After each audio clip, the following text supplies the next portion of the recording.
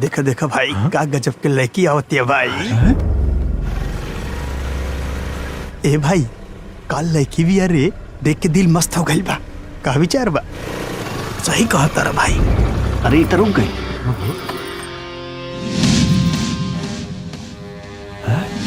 अरे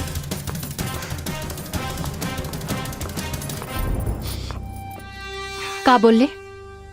कुछ ना, हम तो ईसवन के कहत रहनी है। तू कुछ तो बोलत रहले। तू बोले कि एकदम तैयार हो गल बड़ी, बिल्कुल खाए लायक। ते हम की खाइबे? इतना दम्बा कमर में। ससुरा ज्यादा गर्मी चढ़ गल बा। और तू लोग भी सुन ले, हमू लईकी ना हुई जे नजर झुका के चलो। वो भी तोहनी जैसन लफंगा लोगन की वजह से। होली के मतलब का होला? बदतमीजी, गाली गलोच, हमके कोनो दिक्कत नहीं है। तू खा पिया, लेकिन आइंदा से जे भी कमेंट करी तो धर के हई थुथुन फोड़ दे। कुकुर कहीं का। हट।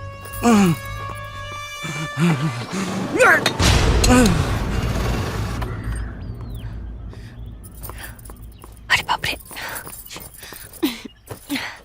सॉरी सोना। का सॉरी? हम कब से इंतजार करता नहीं और तू अभी आवता। तो के पता बा हम कितना मुश्किल से आयल बनी।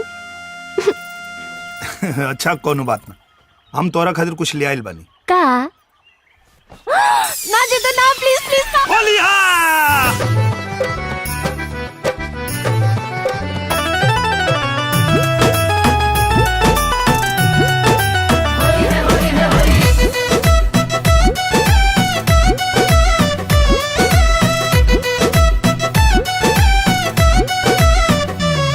कर फगुना का रंगदारी, झुक सनन सनन ललकारी।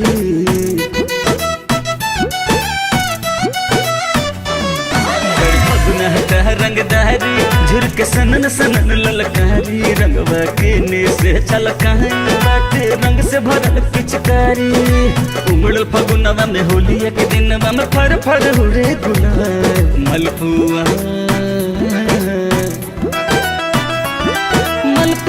जैसन गाल तोहर, करम लाल लाल हो। मलपुआ जैसन गाल तोहर, करम लाल लाल हो। मलपुआ जैसन गाल। मचल खूबे लुट्टू बाटे, होली में ना छुट्टू बाटे। मना के रखो संभाल, बाटे रंग से एलर्जी हमके। छुआ ना गाल, बाटे रंग से एलर्जी हमके। छुआ ना गाल, बाटे रंग से एलर्जी।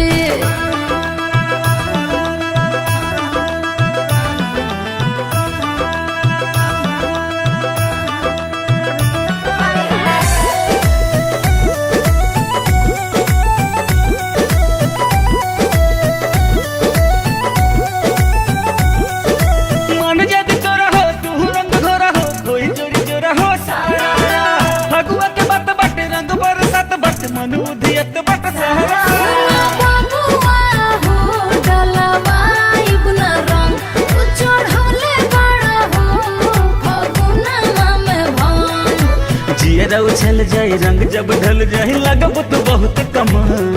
मलपुआ मलपुआ जैसन गाल तोहर, करम लाल लाल हो। मलपुआ जैसन गाल तोहर, करम लाल लाल हो। मलपुआ जैसन गाल।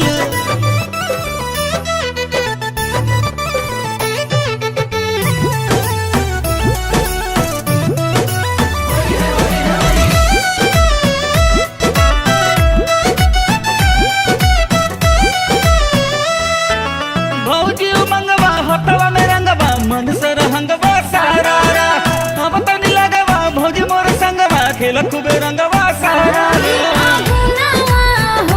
खूब मचावे हुड़दंग, तोहर मनवा हो। उड़े जाई से पतंग, ढंग से न खेलब तू ज्यादा रंग मालब तो बुझ ले तोहरो चाल। मलपुआ मलपुआ जैसन गाल तोहर, करम लाल लाल। बाटे रंग से एलर्जी हमके।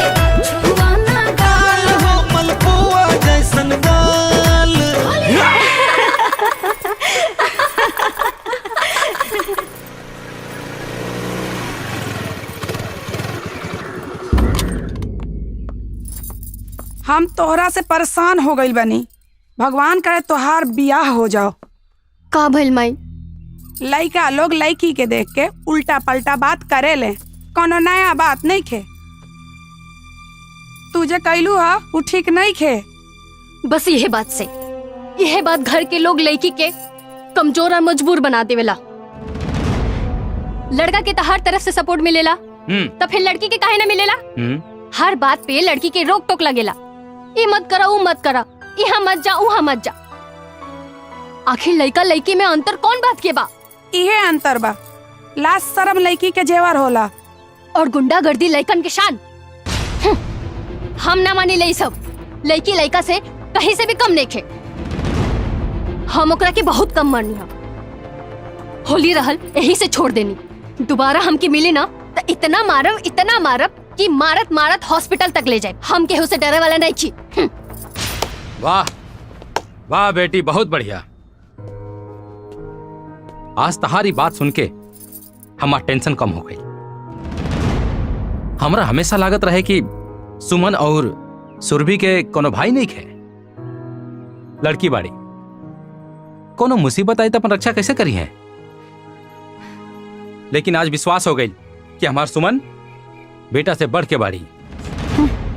जब गांव के लोग बतौलस कि हमार सुमन उ लखेरा के मार्त मार्त सबक सिखा देली, तो हमरा के बहुत खुशी भाई लागल कि बेटी बेटा से कम नहीं खे। हाँ, बढ़ावत रही बेटी के मन। ऐसे ही पूरा जवार में नाम हो जाई, तब बेटी के शादी खातिर जूता घसीटत रहम।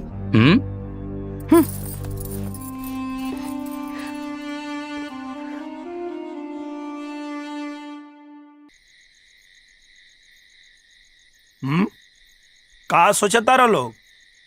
गरम गरम बा, खा लो लोग ना तो सरा जाई।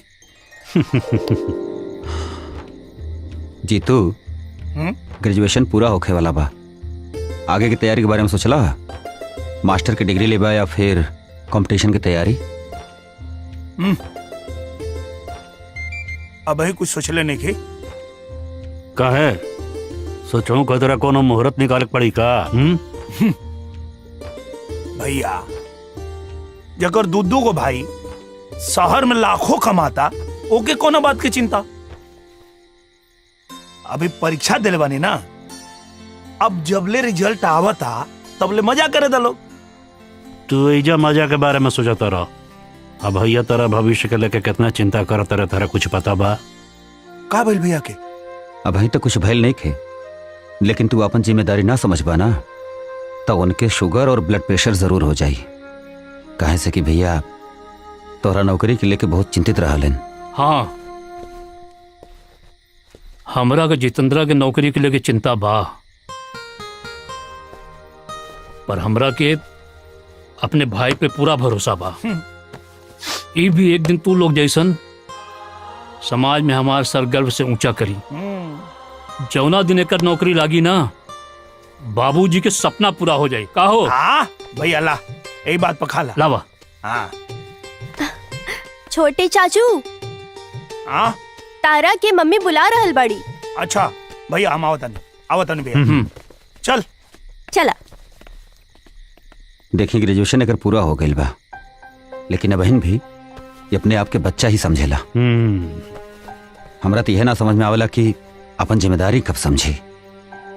भैया, आपके लाड प्यार ना एकरा के बिगाड़ के रख देले बा।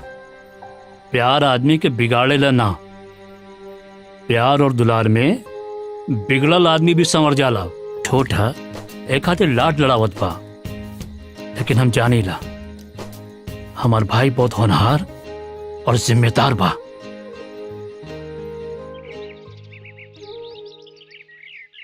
भैया, ए बेरी होली में गांव में आके बड़ा मजा आई। अगर सरकारी नौकरी के मजबूरी ना रहती तो 2-3 दिन और ही रहती। का हो भैया? बिल्कुल सही। कोनो बात नहीं, तू लोग त्योहार पे आ गए, बहुत अच्छा लागल। ऐसे त्योहारे तो अरे आ जाल करा तू लोग। जरूर भैया, जरूर। चला, ये सामान उठावा और गाड़ी में रख दो। अच्छा। ए कृष्णा, भैया आई पकड़, सामान पकड़, सामान उठा के गाड़ी में रख। हम भौजाई को उठा के गाड़ी में रखा। आवा भैया। हाँ, आ गए ला? हाँ, और अब आप आराम करा और इधर अब खेती हम करब। का मतलब है तुहार? अरे भैया आज ले बहुत खेती कर लेनी, अब रहुआ आराम करी और हमके खेती करेगी। नहीं, तो क्या खेती नहीं, नौकरी करे के बा। काहे कि हम महेंद्र, हमके बुझाता कि हमारा अंतिम समय आ गई बा। आज हम तोरा से एगो खास बात करल चाहतनी बेटा। बोले न बाबूजी, कहीं का बात बा?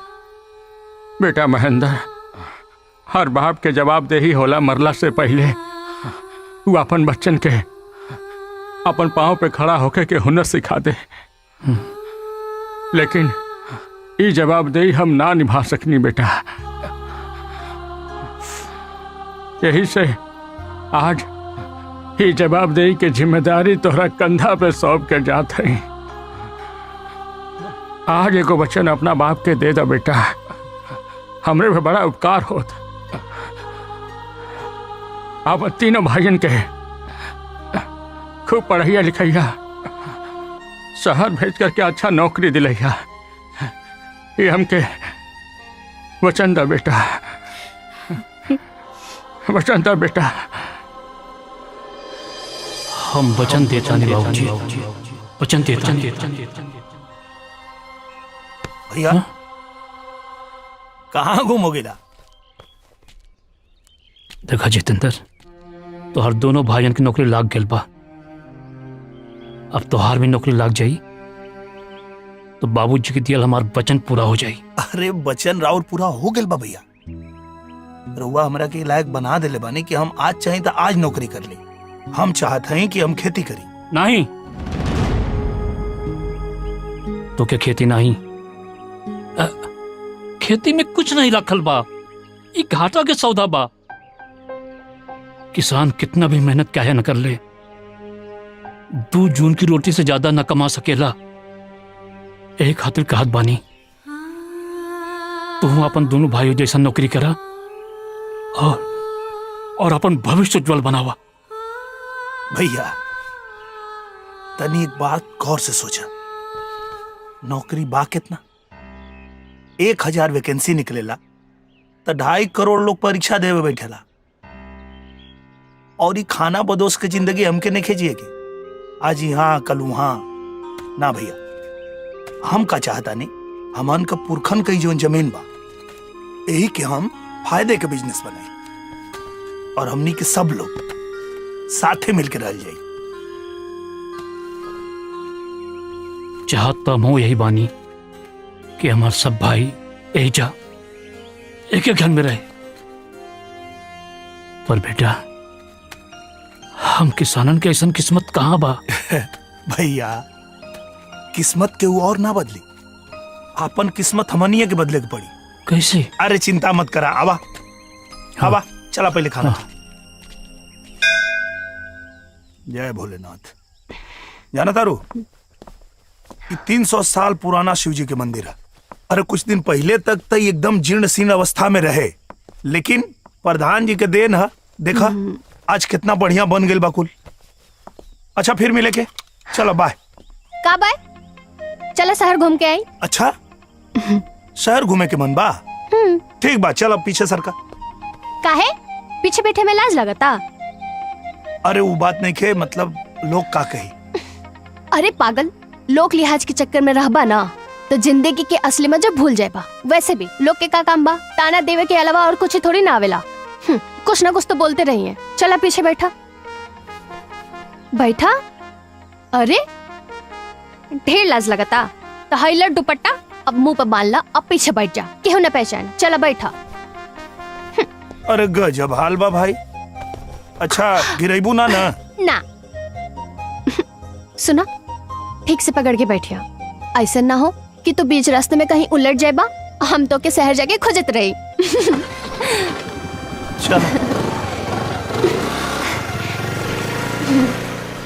अरे डिस्को में चले, चलो मर्दे, मजा लिया जाए। चला चलो।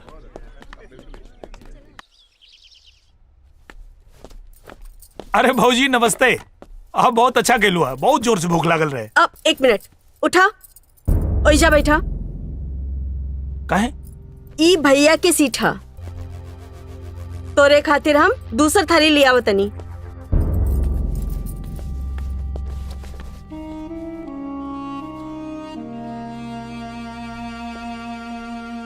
अरे जितेंद्र। हाँ भैया नमस्ते। कब आइला? अभी आई नहीं है भैया। भैया हम डिसाइड कर लेनी, अब हम खेती करब।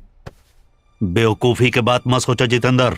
खेती किसानी में कुछ नहीं रखल, पढ़ा लिखल बड़ा, कोनो नौकरी कला। भैया अरे दू भाई आप लोग नौकरी करता नहीं ना, और बड़का भैया के भी तो क्यों साथ दे वाला चाहिए। हम भैया के साथ मिलके खेती करब और भैया भी तैयार हो गए बानी। भैया आप खाली एगो मदद कर दी। का चाहता रहा हमरा से? भैया वो कहा ना कि अब सरकार एगो योजना में अपने खेत में तालाब खुदवावे खातिर 52,500 रुपया देते, और हमान के खाली 52,500 लगावे के बाद अपने खेत में तालाब बन जाये, और हमने के खाली 52,500 रुपया लगावे के बाद, और ओकरा बाद हम में मछली पालन करब, ओहू से पैसा आई। और तो और भैया भौजी के एगो समूह बनवा दिले, और उनमें 15 लाख के इक्विपमेंट्स 12 लाख सरकार देतिया, और समूह के खाली 3 लाख देवे के बाद। 1 मिनट जरा सुनी।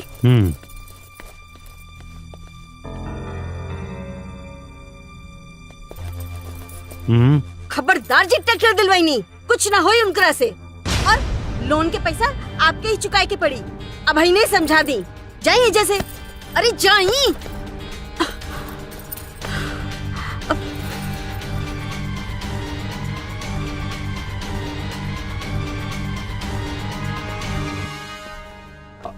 भैया बड़ा जरूरी काम एगो याद आ गई, हम बाद में आवत। अरे अरे खाना खा के जा। अरे भैया हम बाद में खा ले, बहुत जरूरी काम बा। अच्छा भइल चल गई। ई सब के चक्कर में पड़े के कोनो जरूरत ना बा। पहले भी हमने कोनो कम मदद ना कहीं इनकर। अरे कबो खाद खातिर, कबो बीज खातिर, कबो घर के मरम्मत खातिर, और हर महीना 25-30 हजार रुपया तो देते बानी। पर पहले तो मंझला भैया भी मदद करत रहनी, लेकिन अब वो तो मना कर देनी कि हमारा बच्चा हा, काहे हमनी के बच्चा नहीं के। रेखा भैया हमनी खतरा बहुत कुछ कहले बाड़न, हमनी के कोनो बात के मना नहीं कैले, हम उनकरा के ना नहीं कर सकत। बड़का भैया उहे कैले जे बड़के भैया होए के नाते उनकर फर्ज बा, और फिर बड़के भैया की बात अलग हा, उनकरा के बरसन से खेती के एक्सपीरियंस बा। ई जितेंद्र ओकरा कोनो खेती के एक्सपीरियंस बा? जितेंद्र से खेती ना होखी। खबरदार जे ट्रैक्टर के पैसे दे रहल बानी, अगर हमके पता लागल कि आप ट्रैक्टर के पैसे देनी तो एगो बात जान ली, हमसे बुरा केहू ना होखी।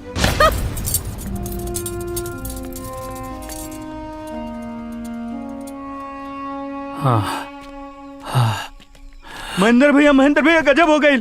का भइल? राम असीर भैया फांसी लगा लेलन। का? हाँ भैया चलो। हाँ। बाबूजी हो बाबूजी, बाबूजी,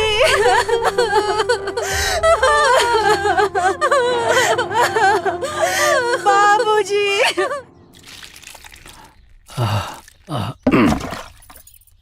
द ले।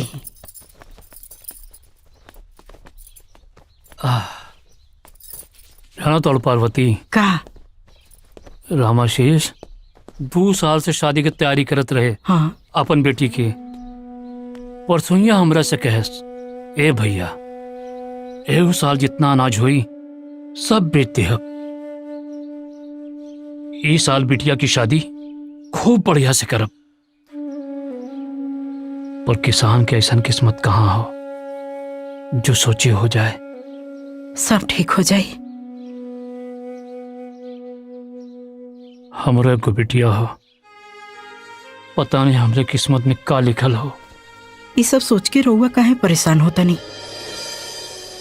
हमनी के साथे ऐसा ना होखी। भैया राम आशीष भैया के साथे जोन भइल बहुत बुरा भइल, और आपके साथ 3-3 गो भाई बाने।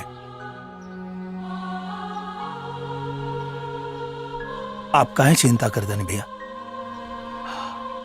और वैसे भी भैया पूरा दुनिया बदल गेल बा, खेती करे के तौर तरीका भी बदल गेल बा। तो हमके तो ई लागेला कि यहाँ के किसान लोग के भी थोड़ा अपना खेती के तौर तरीका बदले के चाहिए। तो हम लोग के जौन अपन बात रखे के रख ला, ओकरे बाद साहब तो हम लोग के बताइए। जितेंद्र भैया, आप तो बाहर से पढ़ाई करके आयल बानी और देश दुनिया के आधुनिक यंत्र के बारे में हमन गांव वाले के कुछ पता नहीं खे। ठीक बा, आप अगर कहतानी तो एक बार आपो के बात मान लेतानी, कइल जाई। फायदा होई तो फायदा होई और नुकसान होई तो छोड़ देवल जाई। हर साल तो हमन लोगन के लगले रहला, कबू फायदा तो कबू नुकसान। चला ठीक बा, अगर तू लोग सहमत बाड़ा लोग तो ये कृषि विभाग से आल हुआ साहब, ये देखा तो हम लोग के बतावत हुआ कैसे करे के है, एक बार इनसे समझ ला लो। बताएं साहब। देखिए, प्रदेश की जो सरकार है किसानों के प्रति बहुत ही ज्यादा चिंतित है और चिंतित होने का सिर्फ एक ही विषय है कि इनकी आमदनी कैसे बढ़ाई जाए। तो उसको लेके बहुत सारी योजनाएं चलाई जा रही हैं और उन योजनाओं का आप लोग फायदा उठाइए। उन योजनाओं के बारे में मैंने जितेंद्र भाई साहब को सारी बातों से अवगत करा दिया है। इनसे जानकारी लेके उनका लाभ उठाइए। जब उनका आप उपयोग करेंगे तो आपकी आमदनी बढ़ेगी। देखा, मूल बात यह है कि जवन खेती का तरीका आओ के बदले क्या काहे कि अगर खेती नुकसान का बिजनेस रही तो मल्टीनेशनल कंपनी आवत खेती करे। सही बात, सही ना, मल्टीनेशनल कंपनी खेती करे आवत है, मतलब खेती में फायदा। जी जी हाँ, अब वो खेती के करे का थोड़ा तरीका बदले के पड़ी। जौन वैज्ञानिक तरीका से खेती करवा लोगन तब जाके उमें लाभ होई। और एगो बहुत बड़ी गलती करे ला लोग, वो साहब जो ये लोग डंठल जलाते हैं उसके बारे में बता दीजिए। हाँ, देखिए, हम लोग जान नहीं पाते हैं कि नुकसान क्या हो रहा है। हम अच्छाई की जगह पर बुराई का काम कर देते हैं।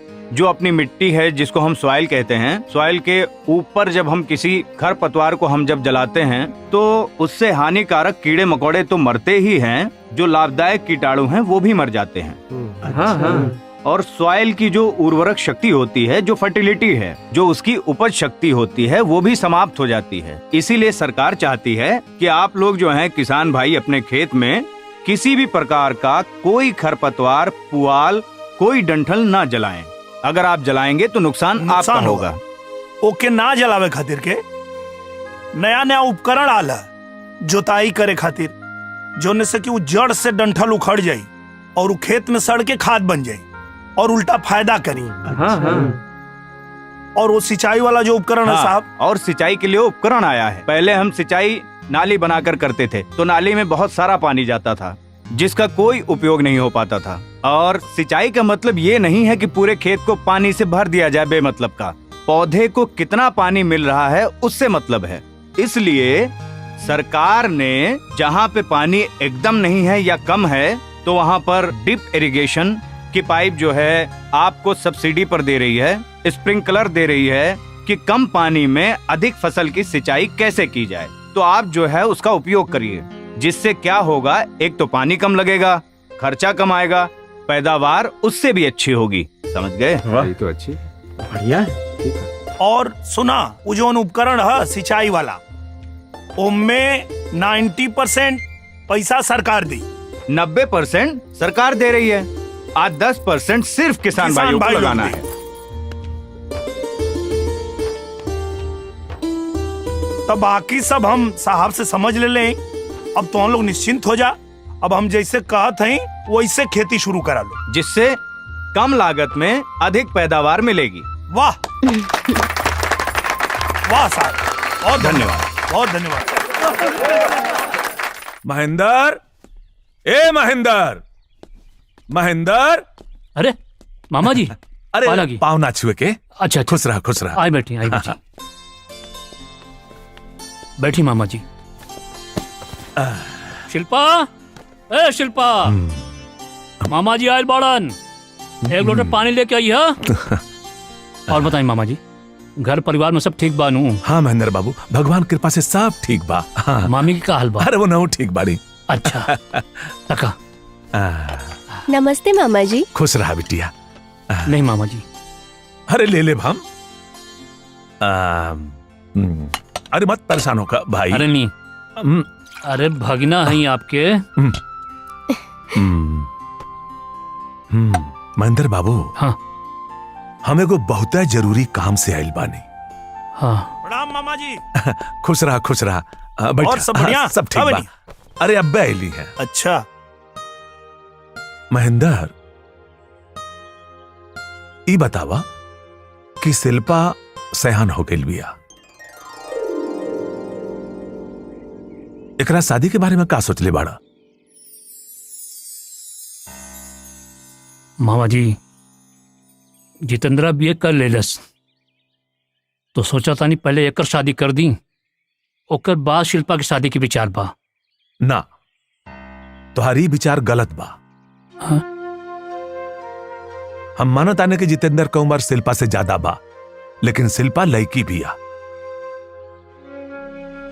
और लड़किन के समय पे बिया होखल जरूरी होला। ना तो का होला, गांव समाज में लोग 10 तरह के बात करे लागला। मामा जी सही कहता रे भैया, पहले शिल्पा की शादी हो जाए, बाद में हमार हो जाए, का दिक्कत बा? चाचू, हम भी शादी करे के ना चाहता नहीं, शादी से पहले जॉब करे के चाहता नहीं। हाँ, यो सही कहतिया, पहले जॉब कर ले, उसके बाद ब्याह कर ले। शिल्पा बिटिया, एक काम कर, तू अंदर जा।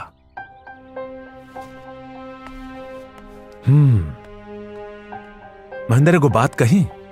हाँ। लड़की जब सयान हो जाली ना, तो ओकरा खातिर अच्छा लड़का मिलल बड़ा मुश्किल हो जाला। अब फिर हमनी के समाज में लड़की के जॉब से ज्यादा शादी जरूरी होखेला। लेकिन मामा जी जितेंद्र, तोरा के गांव समाज के बारे में ज्यादा जानकारी नहीं खे। मामा जी ठीक कहत बाड़े, तू एगो काम करा, भाभी जी से बोल के नाश्ता लेके आवा। जा जा। जी ठीक बा, ठीक है मामा जी। महेंद्र, हाँ। हमरा नजर में एगो लड़का बा। हाँ। यही खातिर हम आइल बानी। लड़का इकलौता बा, इंजीनियर हवे। अच्छा। घर के 40 बीघा खेत भी बा। अच्छा। और लड़का देखे में भी सुंदर बा, घर द्वार भी अच्छा बा। हाँ। कम दान दहेज में पट भी जाई। हम तो ये कहब कि चल के देख ला, अगर मामला जम जाई तो चट मंगनी पट बिया कह के गंगा नहा ला। हम कल आपके साथ लड़का देखे चलब। तो ठीक बा। हाँ।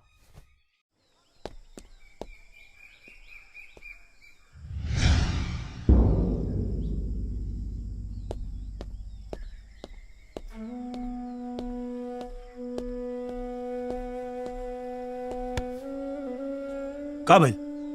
चाचू, हम अभी शादी ना करब, शादी से पहले अपना पाँव पे खड़ा होके के चाहता नहीं। प्लीज चाचू, शादी रुकवा दी। अरे मैं परेशान होके का बात बा? हम बात करब ना भैया से। पागल, चल।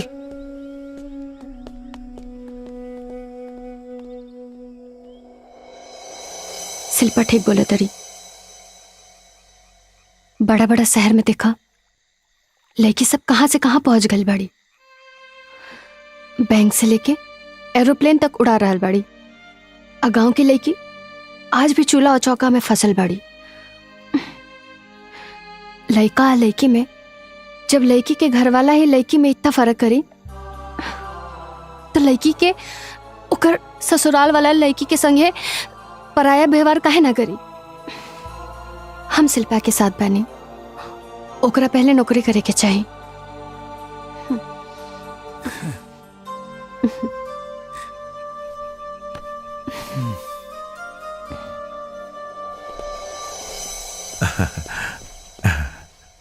नमस्कार नमस्कार। ई बाड़ा विशेषर बाबू। अब में कोनो दिक्कत ना भइल? अरे जब मामा जी साथ बाड़े तो दिक्कत के सवाल नहीं खे उठत। आए बैठे। जी आए आए।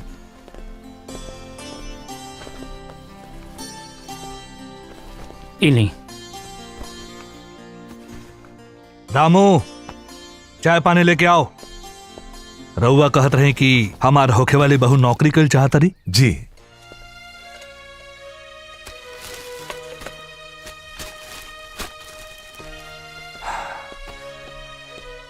बहू नौकरी कर चाहत रही, हमारा कोनो एतराज नहीं खे। अगर पति चाहता कि पत्नी नौकरी करे तो करे। जी। हमरा एकरा से का मतलब, ई कुल बेटा बहू समझे। रउआ ई बताई कि शादी के बजट कितना बा। देखी, रउआ घरे शादी के रिश्ता लेके आइल बानी तब कुछ सोची विचार के आइल होखो। तब तो ठीक बा, शादी के बाद आगे बढ़ा सकिनी। जी। बाबू साहब, आजकल के लड़कियन के घर वालन के सोचना बिल्कुल बदल गई बा। वो लोग सोचेला कि लड़की के बीए में करा देनी तो दहेज देवे के कौन जरूरत। लड़का भी पढ़ल, लड़की भी पढ़ल, दोनों परिवार मिलकर उन लोग के शादी के खर्च उठा ली।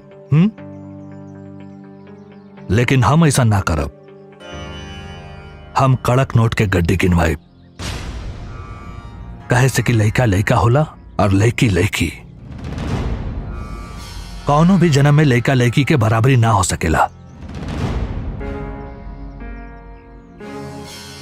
हम का कहत हई, समझत बानी ना? जी हाँ, सब समझ में आ रहा बा। देखी, ई सब का आप चिंता छोड़ दे। ई भले किसान बाड़ा, गांव में रहेलन, लेकिन इनकर दूगो भाई नौकरी में बाड़े। तो जौन मार्केट रेट चल रहा बा वो सब दिहल जाइए आपके।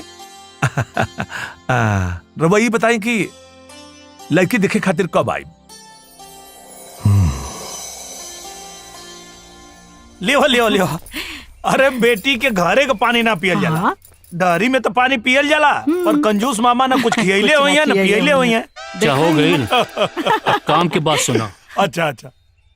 परसों लड़का के बाबू शिल्पा के देखे आ रहल बाड़न। रउआ बढ़िया से देखनी है ना, काहे कि बाबू आजकल तोहरा पता बा ना कि शादी ब्याह में लड़का देखे में बड़ा धोखा हो रहल बा। अरे लड़का कुछ और करता, बतावल कुछ और जाता। लड़का वाले मामा जी की पहचान के बाड़न। अच्छा। हम छानबीन कर ले बानी। अच्छा। ई देखा लड़का की फोटो।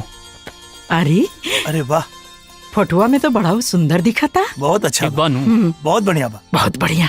शिल्पा केने बाड़ी? अब भीतरे बा, पढ़त हुई। शिल्पा, ए शिल्पा, यहाँ आवा। आओ आओ, भाग क्या आओ। ये देख, भैया तोरा खातिर लड़का देख के आइल बाने। शिल्पा, तो क्या कौनो बात की चिंता करे की जरूरत नहीं खे। लड़का वाले तोरे नौकरी के खिलाफ नहीं खन। तुझे चाहता रू ना, वही हुई। मतलब लड़का वाला समझदार बाने। वाह, बहुत अच्छा। और दान दहेज के सब बात कर लेनी है ना? ज्यादा नहीं खे, औकाते भर बा। मतलब दहेज भी लिया सब? बिना दहेज के शादी क्या कराता? एसपी, डीएम, जज सब बिना दहेज की शादी नहीं करत। जो समाज के दस्तूर बना वो तो निभाए के पड़ी। बाकी हमके दहेज की चिंता करे की जरूरत नहीं खे। हमारे दोनों भाई पैसा के इंतजाम करे से पीछे ना हटिए। वो दोनों तुमसे कितना बार कहलन, ए भैया शिल्पा की शादी की चिंता करे की जरूरत नहीं खे। हम कल सुरेंद्र और राजेंद्र के पास जाता नहीं, ऐसे का करे के हुई हो जाके सब समझता नहीं।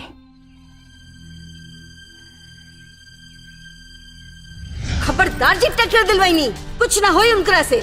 और लोन के पैसा आपके ही चुकाए के पड़ी। अब ही नहीं समझा दी, जाइए जैसे।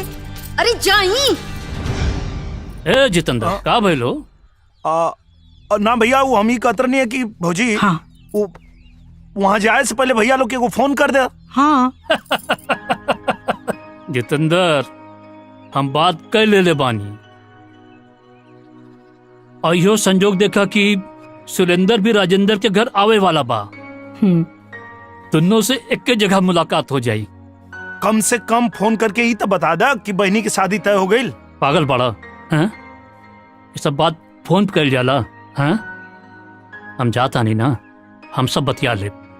ठीक बानू, तू चिंता काहे करत बड़ा?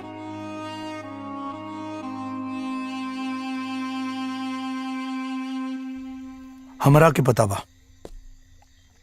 कि बड़का भैया के वो लोग से निराशा मिली।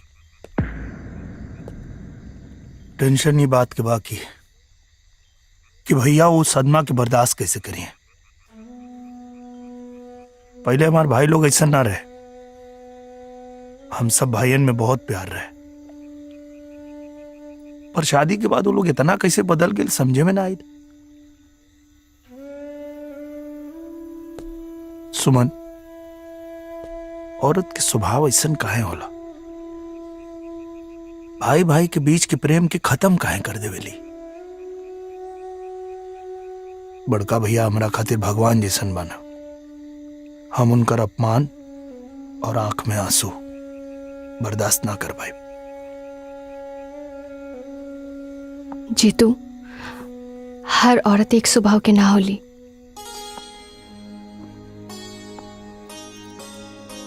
जीतू, तो हर बड़की भाभी भी ता औरत बड़ी ना। जे भी हो रहल बा ओमे तो हर दोनों भाइयन के कम दोष नहीं खे। वो अपना बड़का भैया के प्रेम और त्याग कैसे भूल गईले?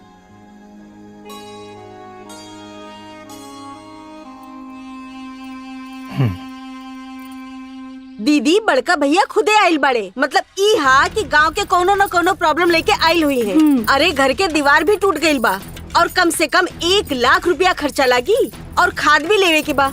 सही कहा तारू छुटकी। हम तो करीना के पापा से कह देले बानी कि बहुत हो गई। अरे जब हमने के बच्चा लोग छोट रहे तो ओखनी के खर्चा कम लागत रहे। अब वो लोग भी बड़ हो गइल बा, स्कूल के खर्चा भी बढ़ गइल बा। और हमने के एगो बेटी भी बिया ना, ओकरो भी शादी ब्याह करे के पड़ी। हाँ, और जब अभी से हाथ बचा के ना रखब तो कैसे शादी हुई? अरे चाहे जितना बचा ला, शादी में कम से कम 15 से 20 लाख रुपया लग जाला। हाँ तो अब कितनों कम लागी, कुल मिला के 8-10 लाख रुपया तो लगी जाई। लेकिन एक बात बा सुरेंद्र राजेंद्र, लड़का बहुत बढ़िया बा, इंजीनियर बा, इकलौता बा, 40 बीघा खेत, घर परिवार खानदान सब बहुत बढ़िया बा। 8 दिन बाद सगाई और अगला महीना के 10 तारीख के शादी बा। ली चाय नाश्ता। प्रणाम। खुश रह। रउआ लोग केकरे शादी के बात कर रहल बानी? शिल्पा के शादी के बात हो रहल बा। भैया सब तय कर देले बाड़न। बड़े पापा प्रणाम। अरे अरे आओ आओ आओ, खुश रहो बैठो बैठो।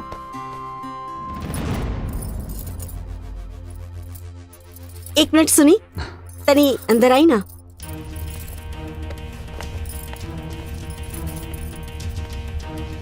अच्छा, तू लोग बड़े पापा के साथ बतियावा। हाँ ए जी, तनी बाहर आई ना, हमरा के कुछ बात करे के बा। हाँ।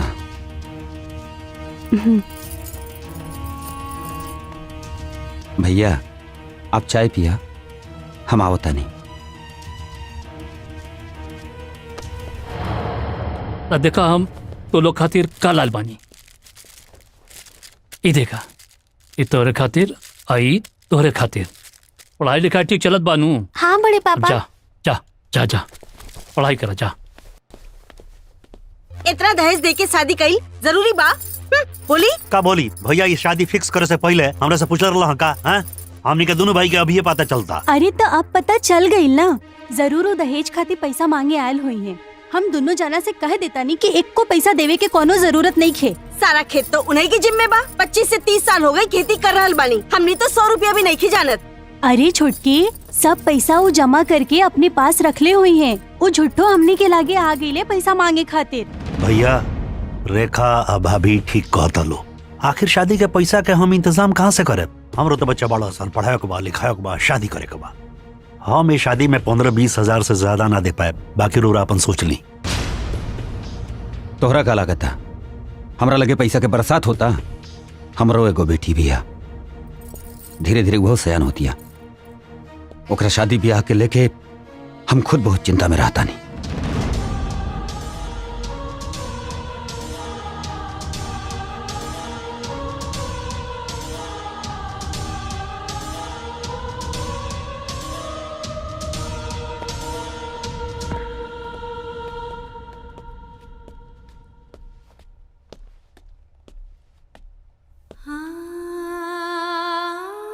भैया चाय ना लाने रो रहा?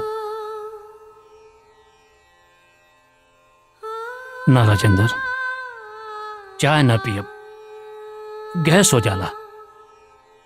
डॉक्टर पिए खातिर मना कह दे बा। अच्छा हम अब चलत तानी। आप भैया इतना जल्दी? हम खबर देवे आयल रानी, बाकी सब लोग सगाई में जरूर आइया और बच्चन के भी ले आइया। ठीक बा, चला तानी। प्रणाम। खुश रह।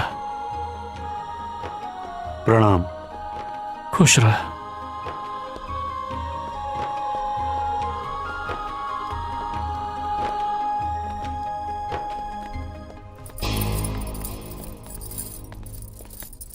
का भइल जी? भैया हमनी के बात सुन लाल है, यही से नाराज हो गई। ठीक भइल जे सुन लेनी, हमनी के मना तो ना करे के पड़ल। अरे इतना साल से खेती बाड़ी कर रहल बाड़े, खूब पैसा बचा के रखले हुई हैं।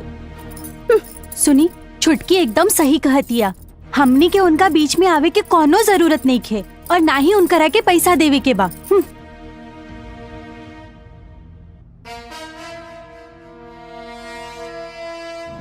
ये घर घर ना होला। हाँ। हमार बात माने, महेंद्र के बियाह करवा दी।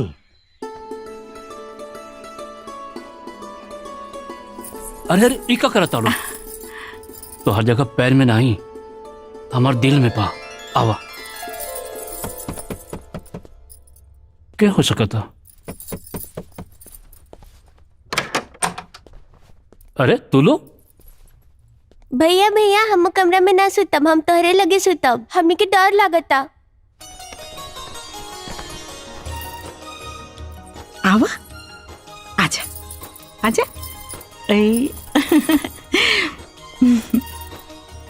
पार्वती, आज हम तुझसे को वचन चाहता नहीं। बोली। हमार तीनों भाई बहुत छोट बाड़न। एक कुल के देवर ना, अपन बेटा समझिए। हाँ ठीक बा।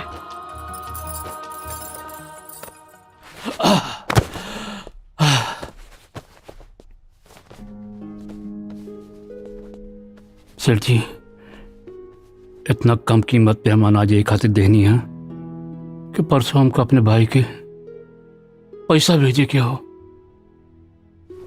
देखिए सेठ जी, धोखा ना होके चाहिए। महेंद्र बाबू चिंता मत करो, पैसा बिल्कुल टाइम पर मिल जाए। ठीक बा, चलो तानी।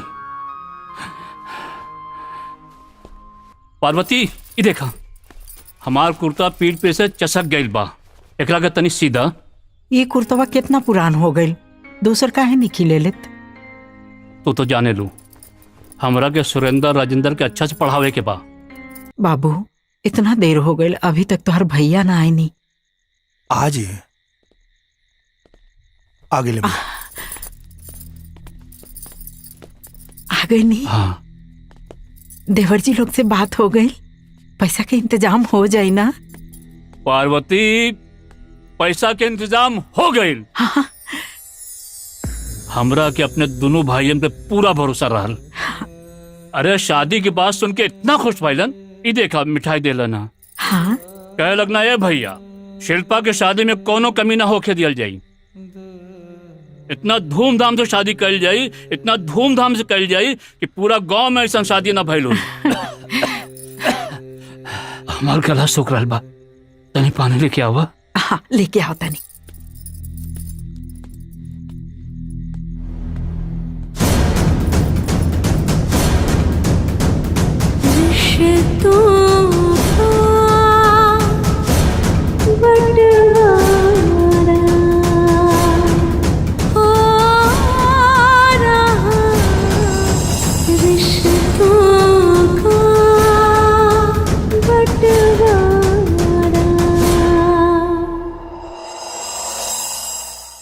बड़का भैया कहत रहे कि दोनों भैया लोग मान गए बा और कहल लोग कि शिल्पा के शादी में कोनो दिक्कत ना आवे दी लोग। लेकिन हम बड़का भैया के चेहरा पढ़ लेनी। बड़का भैया झूठ बोलत आ रहे। जरूर दोनों भाई मना कर दिले हुए हैं। अब बड़का भैया की टेंशन कैसे दूर करी यह समझ में नहीं आवत। दहेज लड़का लड़की के परिवार खातिर कितना बड़ दुश्मन बा, आज ही बात हमके समझ में आ गईला। पता ना कि लड़का लड़की के बीच में इतना बड़ भेद कैले बा, लेकिन जे भी कैले बा वो लड़की के बहुत बड़ दुश्मन हुई। हमके तो हमार दोनों भाई लोग दुश्मन लगता। भैया और भौजी कहा ना कैलो लोग खातिर, और आज भैया भौजी के तपस्या के ही सिला दे रहल बालो। और दोनों के हम कबो माफ ना करब।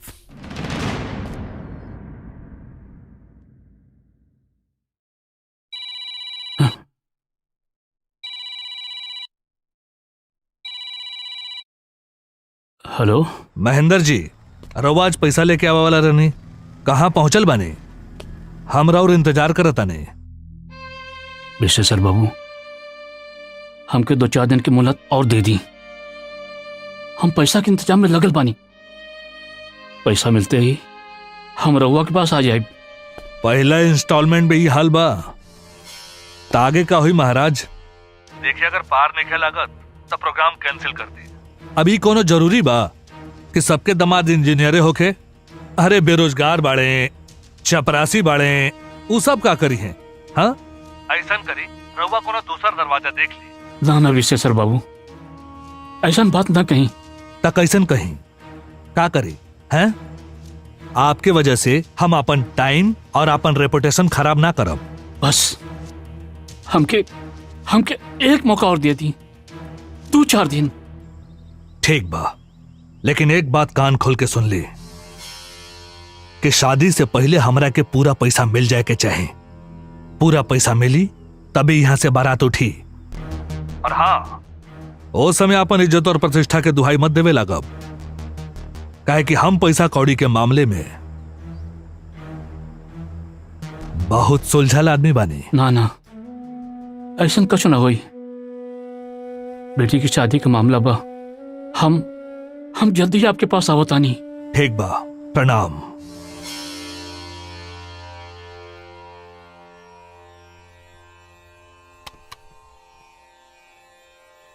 रिश्तों का बंटवारा। बाबूजी, हमरा के बहुत भरोसा रहे कि शिल्पा की शादी में दोनों भाई पूरा मदद करिए, लेकिन हम गलत साबित हो गए। नहीं, हम अपन आंख से देखनी है कि परिवार के पाया में खून लग गई बा। अब एकरा के गिरे से बचावल बहुत मुश्किल बा।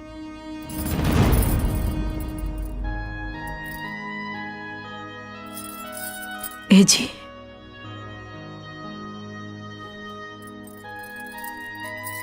हम और सब बात सुन ले बनी। अगर वो लोग अपना कर्तव्य के नइखे समझत तो हम वो लोग के समझाए। आप बड़ी मेहनत से हमनी के ये घर बनौले बनी जा, इतना आसानी से ये घर के ना टूटे दे।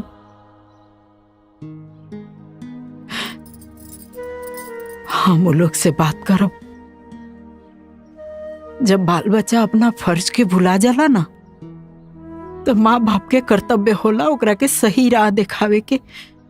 हम रिश्ता में भौजाई भले लागे नी, बाकी रेगो माई से कम प्यार हम नहीं देले उ लोग के। हमार जाए के इंतजाम कर दी, हम जाए वो लोग के समझावे।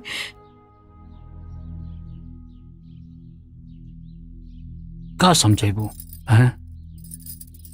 वो सब बच्चा ना रहल, बड़ हो गइल बा। हमसे भी ज्यादा समझदार। शिल्पा के माई, पंछी के बच्चा के जब पर आ जाला ना तो अपन घोंसला छोड़ देला और फिर कबहू वापस ना आवेला। यह संसार के रीत बा। लेकिन पंछी और मनुष्य में अंतर बाना।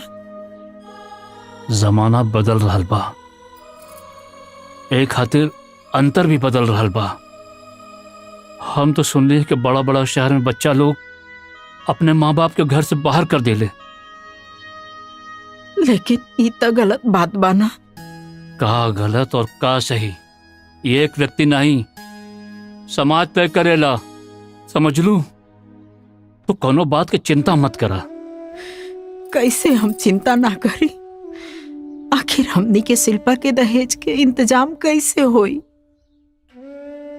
शिल्पा के माई, एगो बात बतावा, जब बाबूजी मोल रहलन तो हमार का उम्र रहल? हमार कंधा में मजबूत न रहल। तो सब बात के गवाह बाड़ू। फिर भी हम परिवार की जिम्मेदारी निभाईनी ना, केहू को कोनो बात की तकलीफ ना होके देनी।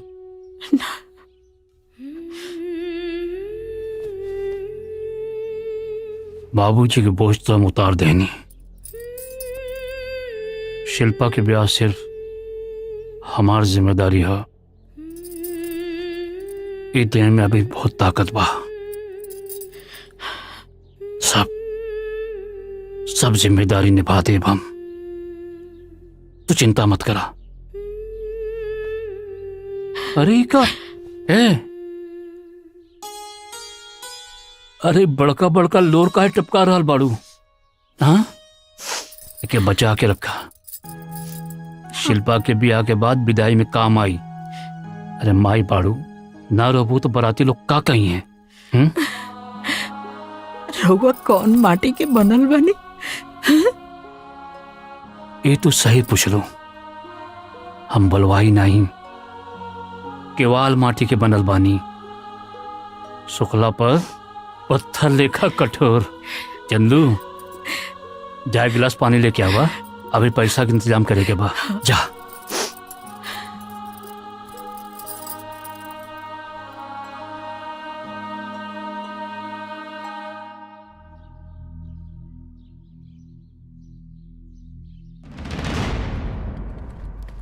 नमस्कार सेठ जी। नमस्कार भैया, नमस्कार। बैठी महेंद्र जी, बैठी। सेठ जी, पैसा दी, हमका जल्दी बा। अच्छा, ये ले। ई का बा सेठ जी? तोरे ऊपर संदेह करे के कोनो जरूरत नहीं है। जैसे आप 4 भाई बानी, वैसे हमरो 2 भाई बाने। रुपया पैसा के मामला बा, कागज बनावे के पड़ी।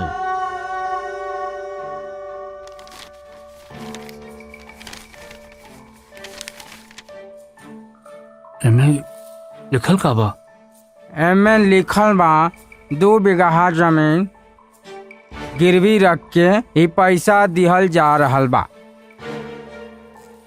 जब आप पैसा वापस करब त ई कागज आपके वापस मिल जाए।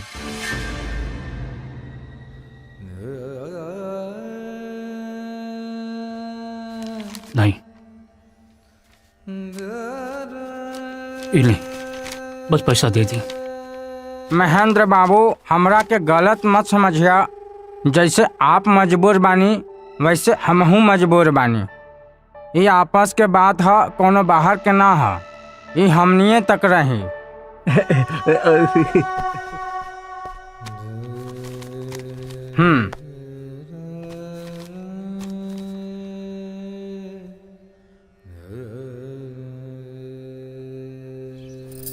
शिल्पा, हाँ? चाचा की रोटी लेके आवा। देता नहीं। ठीक बनौले बना। बस कर।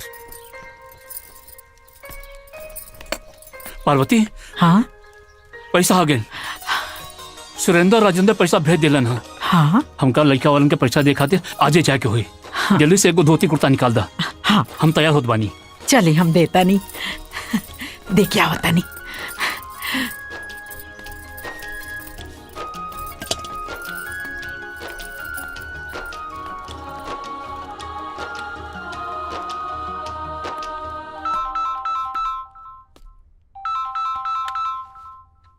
जितेंद्र। हाँ भैया प्रणाम। हाँ बोला जितेंद्र। बहुत धन्यवाद भैया, आप लोग तिलक खातिर पैसा भेज देनी। पैसा भेज देने? अरे हम आप लोग के बारे में एकदम गलत सोचत रहनी भैया, आप लोग के खातिर आज मन में सम्मान बढ़ गया। धन्यवाद भैया, प्रणाम। काजी केकर फोन रहे? जितेंद्र के। का कहलन?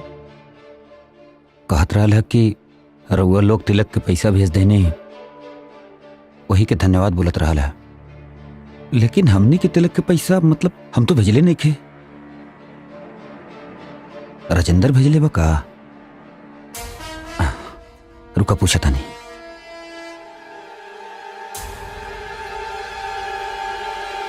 भैया प्रणाम। हाँ खुश रहा राजेंद्र। अरे हम के ना बतावला हा और भैया के तू पैसा भेज देला तिलक खातिर का? बड़का भैया के पैसा हम भेज दी। हाँ ना तो जितेंद्र तो बतावत रहला कि तिलक के पैसा आ गइल बा और धन्यवाद बोलत रहला का? जितेंद्र कॉलसिया की बड़का भैया के पैसा हम भेजले बानी। अरे भैया हमारे लगे पैसा कहाँ बाकी हम भेजब। अच्छा ठीक बा, तू चिंता मत करा, हम पता लगाओ था नहीं सच्चाई का बा। ठीक बा भैया।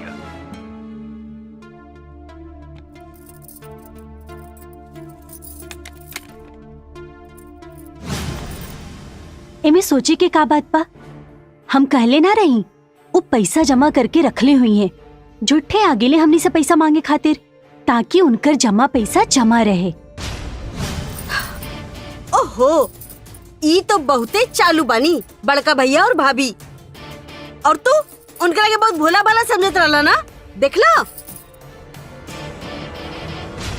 मझला भैया और सजला भैया के बारे में हमार सोच एकदम गलत निकलल। जाना तारू, भैया लोग तिलक के पैसा भेज देले हैं लोग। यही से कहल जाला केहू के बारे में पहले से राय ना बनावे के चाहिए। एकदम सही कहा तारू। लेकिन एक बात बतावा, शिल्पा के शादी के बाद कुछ हमनी के बारे में सोचले बाड़ू का? मतलब हमनी के भी शादी वादी करे के? अच्छा तो ठीक बा, लेके आजा बारात। लेकिन सुना, हम सुहागरात घर के छोटा कमरा में ना मनाई। तब कहाँ मनेबे? हम कहीं दूर रोमांटिक जगह में, खुले आसमान में, तुम्हारे साथ में। अच्छा, खुला आसमान में?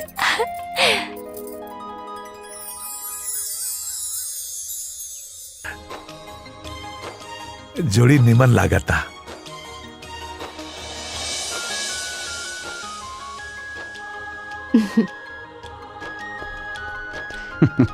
हाँ।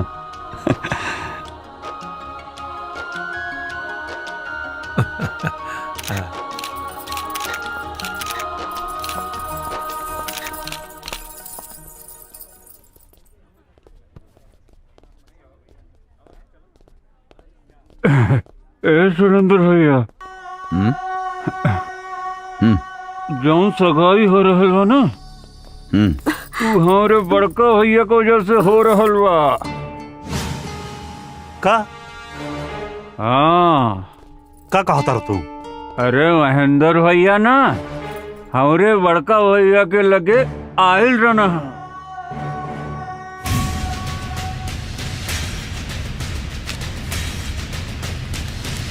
देख लेनी ना, हम जौन कहले रानी उहे भइल ना। ऐसे नहीं करके उस सब के हिस्सा हड़प जाइए। अब का सोच रहल बाड़ा? अब भाई ना बोलबा तो कब बोलबा? आज सारा समाज और गांव इकट्ठा बा, जाके बता दी महेंद्र भैया के करतूत का कैले हावे। अरे आज सगाई पहले तू लोगन हो जाए दे लोग, फिर भैया से बैठ के बात कल जाए ना। ना ना ना, रउआ लोग आज अब ये बात करी, नहीं तो पूरा जमीन जायदाद बेच दिए और हमने के पता भी ना चली। का सोचा तनी? चली अभी चली आई। अरे चली बात की समझा। चली।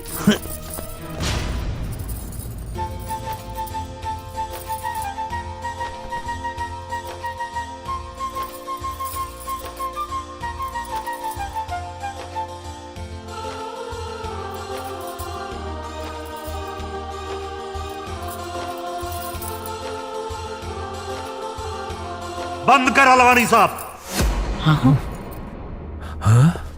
सब केहू अपना अपना घरे जाओ। सगाई के रस्म बाद में होई, पहले बंटवारा होई। ये का बात करता रहा? का बकवास करता रहा तू लोग? जितेंद्र, भैया हमने की धोखा दिले बड़न। धोखा? कैसन धोखा? हमने के बिना बतौले जमीन गिरवी रख दिले बड़न भैया।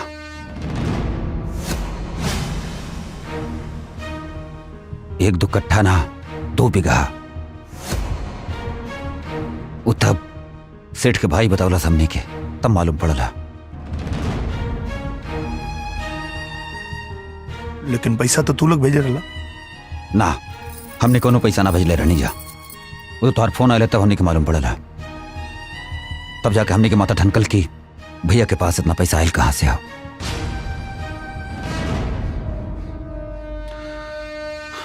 खैर, अब पहले बंटवारा हुई, ओकरे बाद फिर कोनो सगाई हुई।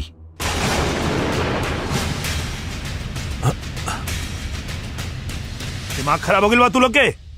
हाँ? अगर भैया ये कदम उठैले हैं तो तोनी लोग की वजह से। अगर तोनी लोग पैसा भेजले रहता तो भैया का जरूरत पड़ी खेत गिरवी रखे के? महेंद्र बाबू, ये सब का हो रहा बा?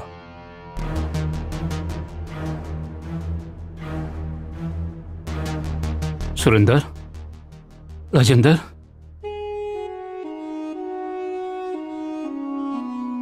बिटिया की सगाई हो जाएगा। हम तो लोगन के बाद में सब बात बताओ तानी। का बताई भी रहुआ? हमनी के सब पता चल गई। अब पहले बंटवारा होई, ओकरा बादे कुछ और होई। का महाराज, चला लोग जी अपन सहोदर भाई के साथ इतना बड़ धोखा कर सकेला, वो बाकी लोगन के साथ का करी? अभी सगाई ना हुई ना, रिश्ता कैंसिल।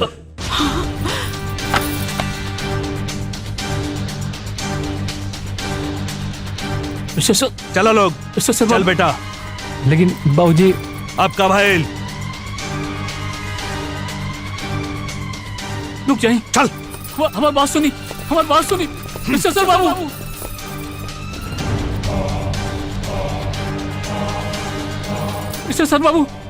मिस्टर बाबू रुक जाइए।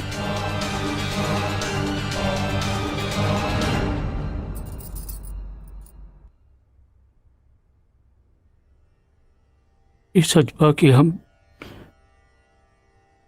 खेत गिरवी रख के पैसा लेनी है, यह बात सच बा। हमरे मन में एक पैसा की बेईमानी नहीं की। हम जो कुछ भी कहनी है मजबूरी में कहनी है। अपन और अपन परिवार की इज्जत बचावे खातिर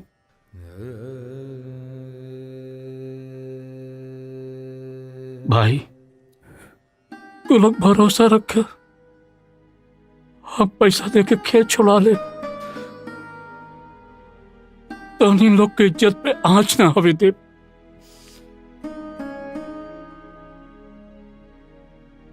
बाकी तू लोगों से विनती बा,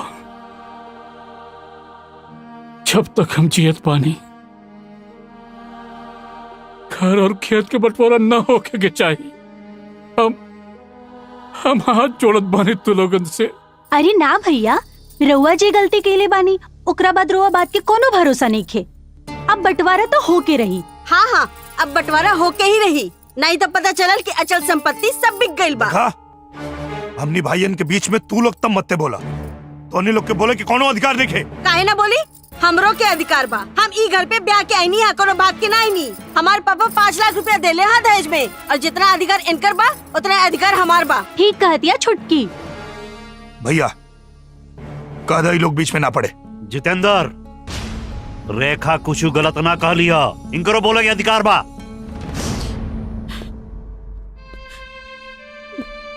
तो लोग के का लगा था भैया जोन कैले वो गलत कैले, भैया जोन भी कैले हैं एकदम सही कैले। अपने हाथ में रहा जितेंद्र। का हाथ में रह के बात करी, का हाथ में रह के बात करी। हमरा पता ना रहे कि तू दोनों लोग एकनी के गुलाम हो गए वाला लोग। जितेंद्र! सुरेंद्र! छोट हो गए, बड़ भाई से बात करके लिहाज भूल गए बड़ी थे। अरे ये सब का हो तो? हाँ, हमने सामने तो लोग मार पीट करत बाड़ा। अरे हम बाबूजी के वचन देले रहनी कि जब तक जियब बंटवारा ना हो के देब, और हमने सामने तो लोग लड़ाई करत बाड़ा। हम ही बंटवारा ना हो के देब। भैया भैया भैया लाओ जल्दी। भैया देख लेनी दीदी, पसार देनी नया नाटक। भैया भैया भैया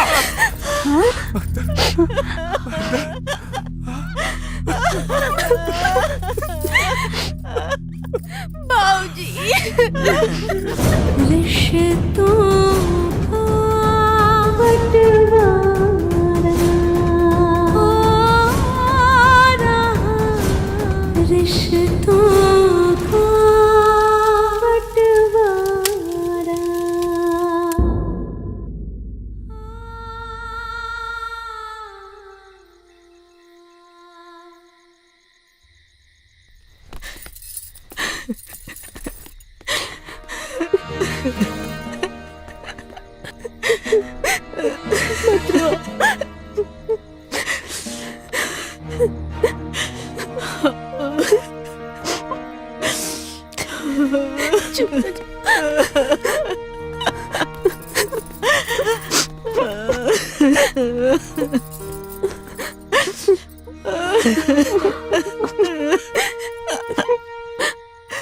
खबरदार खबरदार, अगर भाभी की छोला था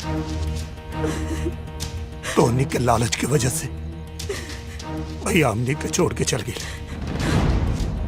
अगर तोनी के भैया की बात मान ले रहता सर तो भाभी की मांग सुना ना भैया। भैया की मौत के जिम्मेदार तोनी के बाड़ा सर। जितेंद्र, ये का बकवास कर रहल बाड़ा? तोरे चीखे चिल्लाए से ना हम डरे वाली नहीं की।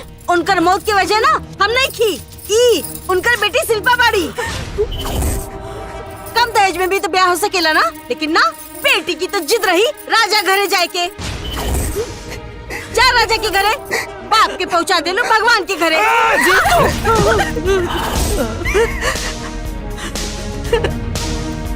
का चाहता तू? का चाहता कि मुआला के बाद उनका आत्मा के शांति ना मिले? काहे हमार जियल मोहाल कैले बड़ा। हे भगवान, का हम गलती कैले रहे भगवान? कौना गलती के तू सजा दे रहल बड़ा?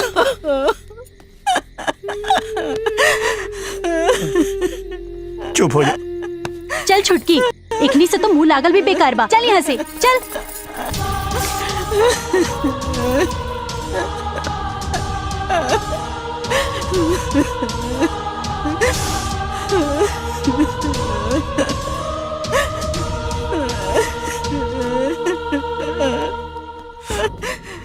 चुप रहा भाजी, पापी लोग के मासूम बच्ची पर भी दया नहीं किया। बाबू, हमार बाबू।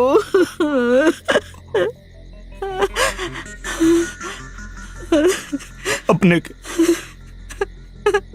भाभी तो संभाल अपने आप के। हम उस शिल्पा के देख क्या होता नहीं, हम शिल्पा के देख क्या होता नहीं। शिल्पा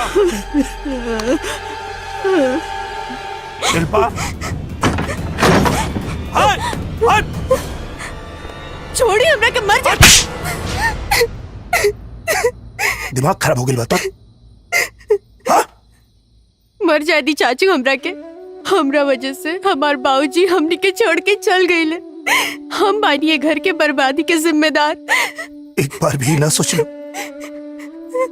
भैया हमने के छोड़ के चल गए और अब तो फांसी लगावे चाहता रू। एक कुबर ना सोच लो तू फौजी की का हाल हो। हमें दुनिया के काम मुंह दिखाए। अरे पागल भले भैया ये दुनिया में नहीं खान लेकिन हम अभी जिंदा बानी और जब तक हम जिंदा बानी तो अन्य के कोनो चिंता करने की जरूरत नहीं है। अब समझ कि हम ही तोर बाप बानी। चाचू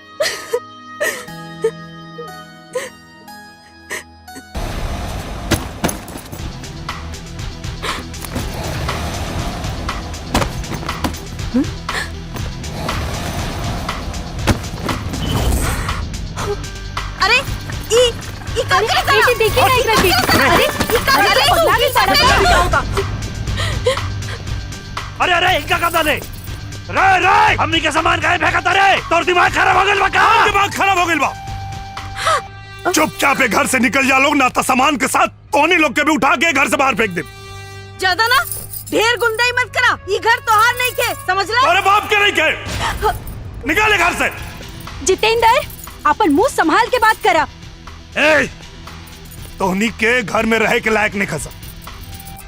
एक घर के बंटवारा ऐसे होता है काहे कि भैया के लिहाज करत रही और अब एक घर के बंटवारा ना हुई जेकरा में दम होके वो बंटवारा करके दिखावे। पागल हो गए बड़े काट है। पागल नहीं हो गई। पागल पहले नहीं हमारा आंख में पर्दा पड़ल रहे।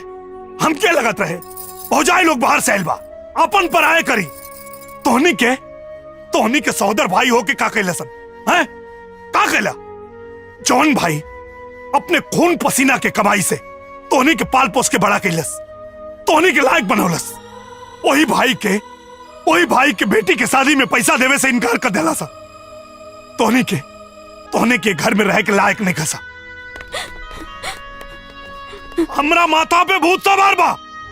चुपचाप घर से निकल जा लो ना तो अगर आज तोहनी पे हाथ उठावे के पड़ल तब वो हम पीछे ना हटब। जितेंद्र काहे तू ये घर के तमाशा बनैले बड़ा बाबू। एकदम चुप रह भौजी कुछ मत बोला। तो के भैया के कसम तोरा खातिर हमरा मन में बहुत इज्जत बा लेकिन एकनी के मन में तोरा पति कोनो इज्जत नहीं खे। चुप रहा। एकनी के एक घर में रह के लायक नहीं खसा। भौजी इलाद के भूत हवे सा बात से समझे वाला ना हवे सा। लाठी कहाँ बा अभी समझाओ तानी। लाठी लिया।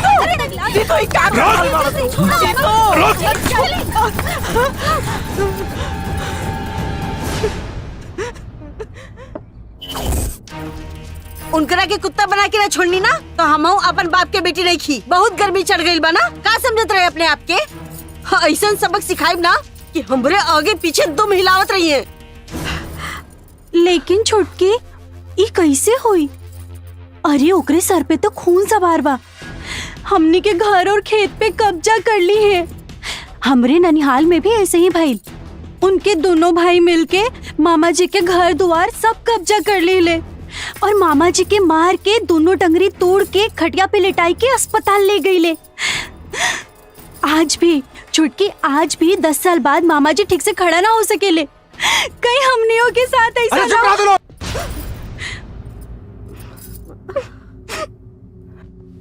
तनी हमरा के अस्थिर दिमाग से सोचा था लोग करे के काबा। भैया एगो दोस्त हमार वकील बा कहत ओकरा से बात करके देखी का कहेला। बात करा ओकरा से। वकील साहब ऐसा कुछ करी कि सबसे पहले तक खेती पर रोक लग जाए। खेती बंद तो अनाज ना होई, ऊ लोगन के घर छोड़े के पड़ जाए। तब समझ में आई कि ऊ लोग कितना बड़ गलती कर रहल बा। जैसा आप चाहती हैं वैसा ही होगा।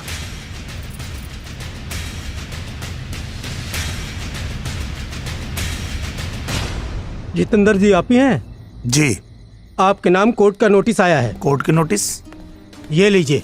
कौन बात की नोटिस? खुद ही पढ़ लीजिएगा, यहाँ साइन कर दीजिए।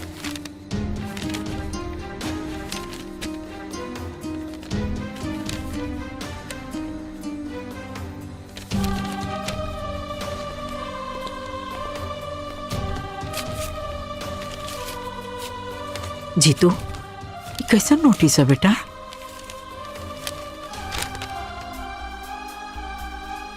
ले। आज जौन ई घर के दुर्दशा भइल बा, एकर जिम्मेदार तो ना, एकर जिम्मेदार वो लोग बा। तू तो ये घर के लक्ष्मी हो बेटा, लक्ष्मी हो तू।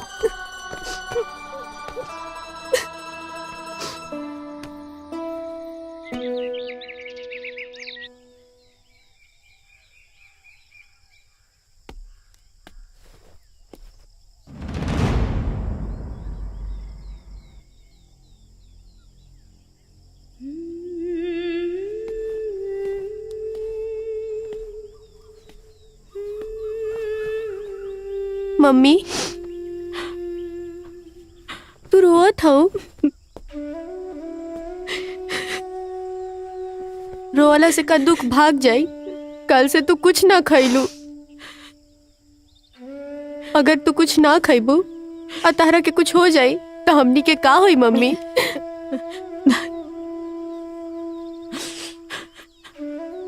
थोड़ा सा खा ला मम्मी। नहीं भूख नहीं के बाबू।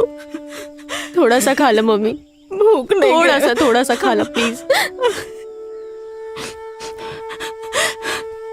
तू खैलू?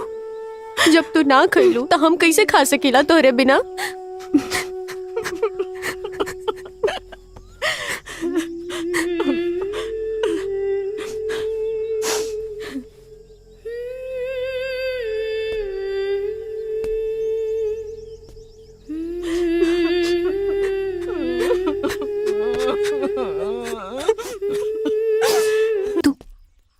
रुका जीतू, हमके पता बा तू बहुत समस्या में बाड़ा, लेकिन हम तो के ऐसी उदास और निराश नहीं देख सकत। तू हमर जान हवा, तुहार आंख में आंसू ना, होठ पे मुस्कान अच्छा लगेला। सुमन, हमार परेशानी तोरे समझ में ना आई, काहे कि हम अपने खातिर परेशान नहीं थे। भौजी की हालत देखल नहीं खे जाती, और अब हमरा समझ में नहीं खे आवत कि हमनी के मुसीबत से कैसे बाहर निकलेंगे। जीतू, हम तोहरे मन की पीड़ा समझता नहीं। हमके पता बा तोहर बड़का भैया की जगह केहू और ना ले सकेला, बाकी इतना भरोसा जरूर दे, हम तोहरे साथ हमेशा खड़ा बनी। अगर मौत भी आ जाए ना तो हम सामने आके खड़ा हो जाए। और वैसे भी कोर्ट की लड़ाई आंसू से ना बुद्धि से लड़ल जाला। यही से अपना आंसू पोछा और संभाला अपने आप के। हम जाने ले हमार जीतू कमजोर ना, एक बहादुर इंसान बड़े, और बहादुर इंसान कभी हार ना माने ले। जीत तो हार होई।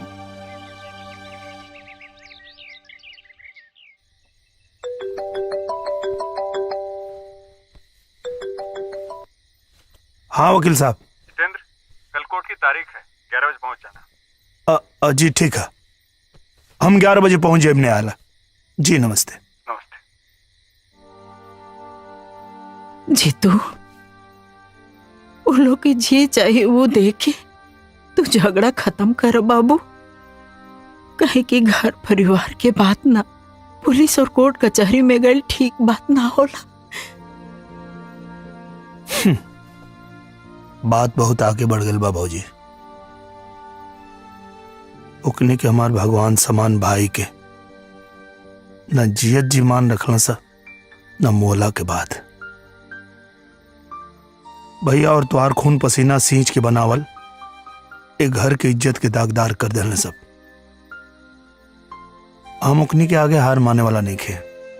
अब जौन फैसला हुई वो न्यायालय में हुई। वो लोग अपना राह से भटक जाइए, अपन धर्म भुला जाइए, तई कोनो जरूरी बा कि हम अपन धर्म भुला जाए। कौना मिट्टी के बनल बाड़ू भौजी? जे लोग की वजह से तो हर मांग सुनी हो गई, जे लोग की वजह से आज ही घर की इज्जत नीलाम हो गई, वो लोग के प्रति तोरा मन में कोनो गुस्सा नहीं है?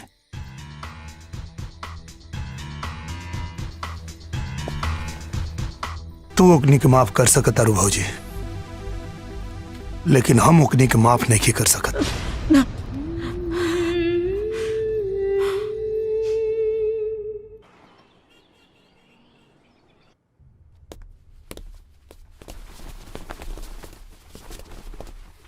कोर्ट की कार्यवाही शुरू की जाए। योर ऑनर, बंटवारे की रेखा एकदम स्पष्ट है, इसमें थोड़ी भी उलझन नहीं है। हमारे क्लाइंट 4 भाई हैं।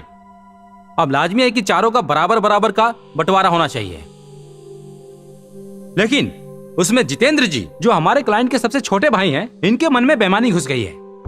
ये चाहते हैं कि सारा खानदानी पुश्तानी जो जमीन है, जो प्रॉपर्टी है, सारा इनके अकेले के नाम हो जाए। हमारे क्लाइंट राजेंद्र जी और सुरेंद्र जी जब बंटवारे का नाम लिए तो पूरी तरह से वायलेंट हो गए, आग बबूला हो गए और हाथापाई पे उतर आई, यहाँ तक कि जान से मारने की कोशिश भी की और नजदीकी पुलिस थाना में रिपोर्ट भी दर्ज कराई। आप इसे देख लीजिए सर।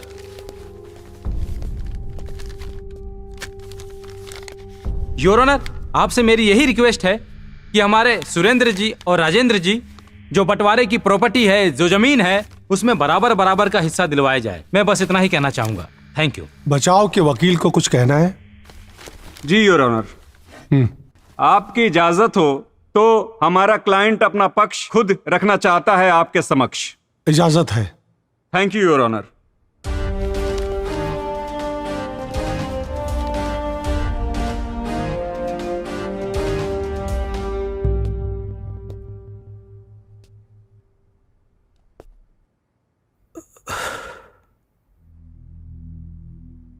जज साहब, वकील साहब जो कोर्ट के सामने बात रख लें वो एकदम सही बा। हमने के एक माता पिता से 4 भाई बानी जा, तब पुश्तैनी जमीन में चारों का हिस्सा भी बराबर होके के चाहिए, ना केहू के कम ना केहू के ज्यादा।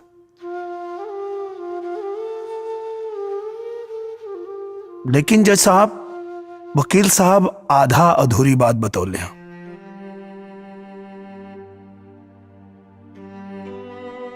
ये हमार मझिला भैया सुरेंद्र प्रसाद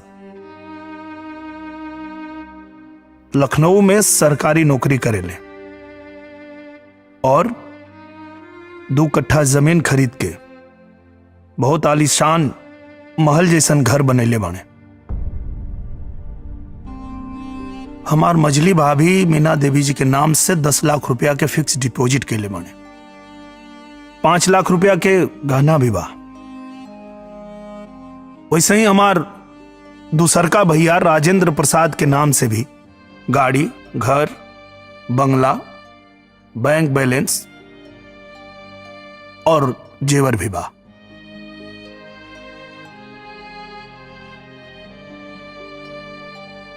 अब आप बताएं जज साहब, मात्र 15 साल में ये लोग ये जो धन संपत्ति बनैले बा वो केकरे बदौलत बनैले बा? काहे कि हमार बड़का भैया जे बचपन से सिर्फ खेती कैले और वो कुछ ना कर पाइले। सोचे की बात ही बा जज साहब कि हमारे बड़के भैया के नाम से जमा पूंजी तो छोड़ दी, उनके नाम से तो बैंक में खाता भी नहीं के। हमारे बड़की भौजी के पास 2 कनबाली रहे जो उन ब्याह में उनकर माई देले रही। हमार भैया वो बेच देले ए लोग के पढ़ावे खातिर, ए लोग के नौकरी दियावे खातिर।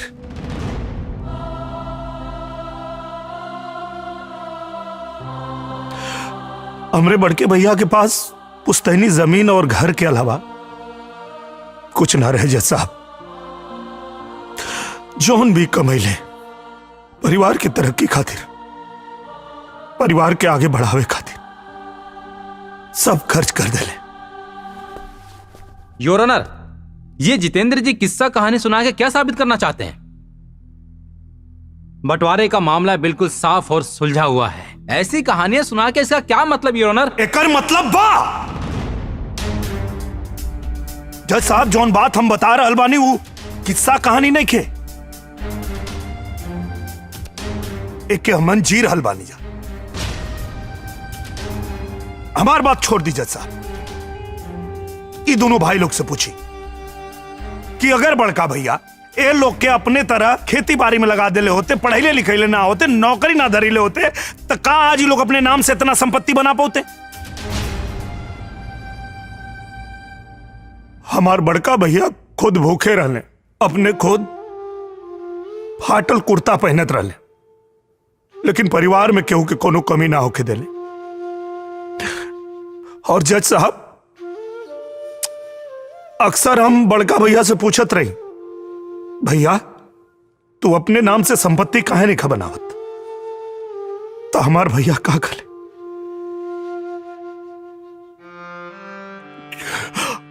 हमार भैया कहले जज साहब की जितेंद्र, हमार असली संपत्ति तो हमार भाई लोग हमें।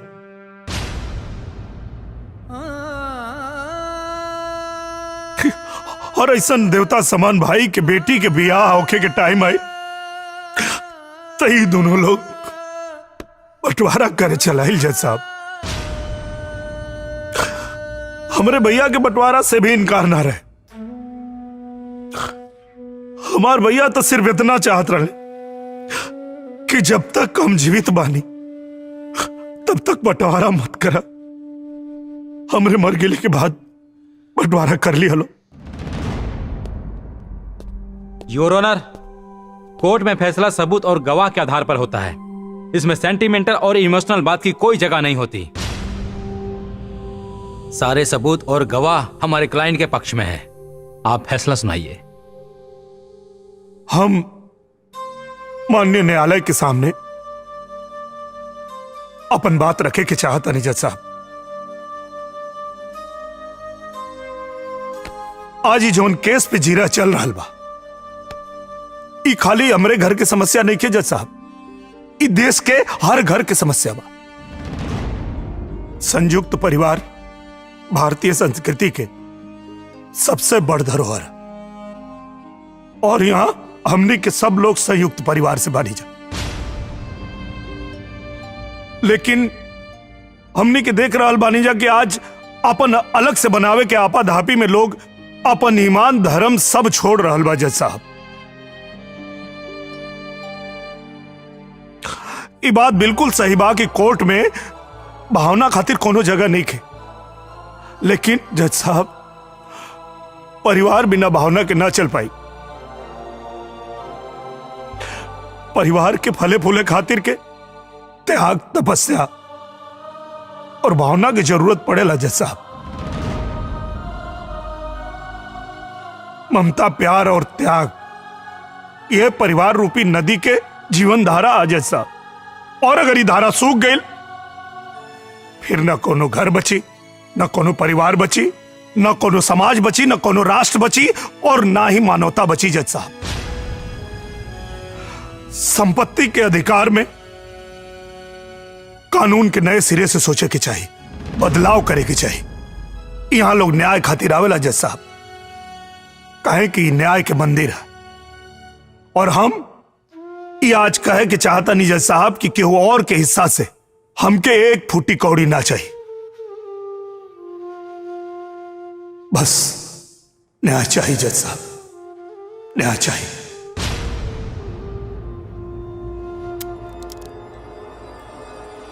भगवान जी संभालिए अपने आप को। भैया भैया कोई भैया मत करना। ये केस तो खत्म हो गया, पर मेरे मुवक्किल को न्याय नहीं मिला। बंटवारे की आड़ में रिश्तों का और दिलो दिमाग का बंटवारा पहले ही हो जाता है। मैं अदालत से पूछना चाहता हूं कि ये बंटवारा कब तक अपनों से अपनों की जान लेता रहेगा, क्योंकि जब अदालत से न्याय होता है तो एक के घर में तो दिया जलता है, लेकिन दूसरे के घर में अंधेरा हो जाता है मिलॉर्ड।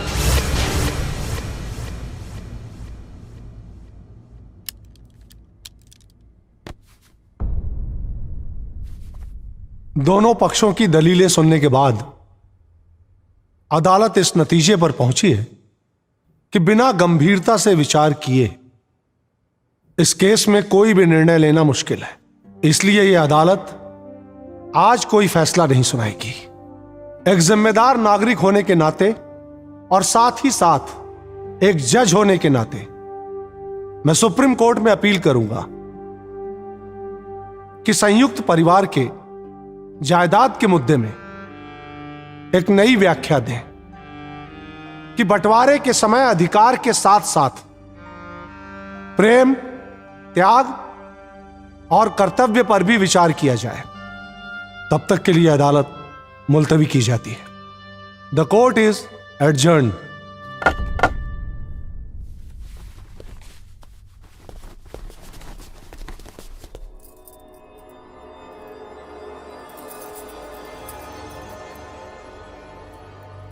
इतना देर हो गई, अभी तक ना आइले। पता ना कोर्ट में का होत हुई। ना छोटकी, सब ठीक हुई, तू चिंता ना करा। हमके लगा था वो लोग आ गए। तू बैठा, हम देख के आवतनी।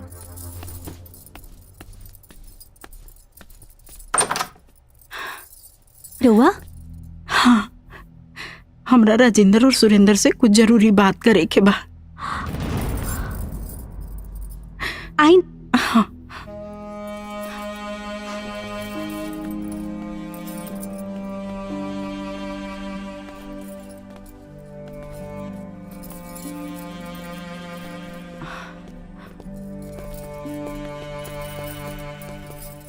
लागत आनी भाभी। खुश रह बेटा, खुश रह।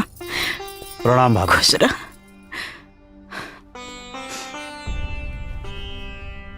राजेंद्र, सुरेंद्र, हम तो लोग के अपना से कब्बो अलग ना समझनी। जब हम बियाह करके वो घर में आयल रही तो तोहर बड़का भैया पहला रात के हमरा से एगो वचन ले ले रही कि हम तो तीनों भाई के अपन देवर ना अपन बेटा मानब। भगवान जाने कि आज भी हम उहे माने नहीं। तू लोग के कबो कोनो छोट भाव से हम ना देखनी। अब जौन होके के रहे तौन तो हो गइल बाबू। बाकी हम एगो बात कहे खातिर नहीं है कि तू लोग के जौन भी हिस्सा चाहे ले ले जा। बाकी हमरा के हमर वो घर दे दे जा।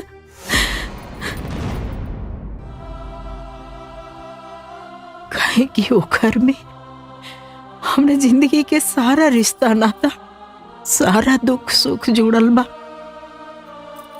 हम ये कहे खातिर आ गई नहीं और कोर्ट से केस वापिस लेला हमार बाबू। हमार घर हमरा के दे दा। काहे कि कोर्ट में हम अपना घर के तमाशा नहीं की बनावल चाहत। बड़की दीदी, अब जे हुई उ कोर्ट से हुई। रवा जाइए जैसे, कोनो इमोशनल ड्रामा काम न करी। जाइए जैसे। ना छोटी, तू ऐसा काहे बोला तड़ू? हम यहाँ कोनो इमोशनल ड्रामा करे खातिर नहीं आए। अच्छा, तो रउआ यहाँ काहे आई नहीं? हाँ हाँ, देखले रहनी ना ओ दिन कैसे जितेंद्र हमनी के ऊपर रावण जैसन गरजत रहे, कैसे जितेंद्र बाबू हमनी के लाठी लेके दौड़ौले रहे। तब कहाँ गए रहे राउर इमोशन, राउर भेदभाव और ई जौन मोट मोट आंसू बहता, ई कहाँ गए रहे ओ दिन? ठीक है कहलू दीदी, सही मुद्दा उठौलू हा। उ दिन तो बड़का शेर बनत रहे ना, कोर्ट देख के अकल ठिकाने आ गई। उनके ऐसे मुक्ति ना मिली, ओकरा के जेल भिजवाए के ही पड़ी। ई कसम खैले बानी। जाइए जैसे जाइए। इतना कठोर मत बना तू लोग। हमरा जितेंद्र से जौन भी गलती हो गई ओकरा लिए हम माफी मांगे खातिर आयल बनी। हमरा के माफ करता जा छोटी, हम बड़ होके तोहरा गोड़ पड़ता नहीं। जाइए जैसे।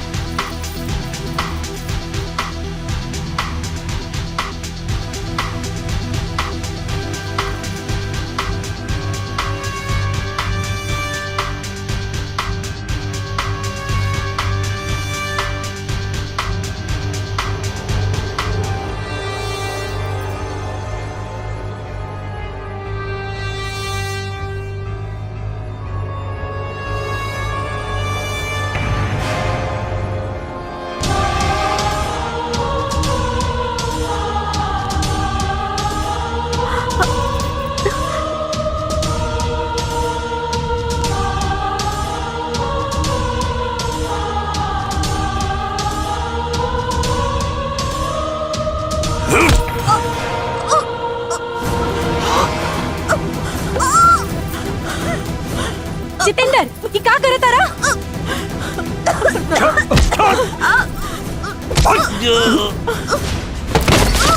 तो हिम्मत कैसे भइल रे हमरा भाभी के हाथ लगावे के? जान से मार दे तोके। छोड़ उनके, छोड़ उनके भाई।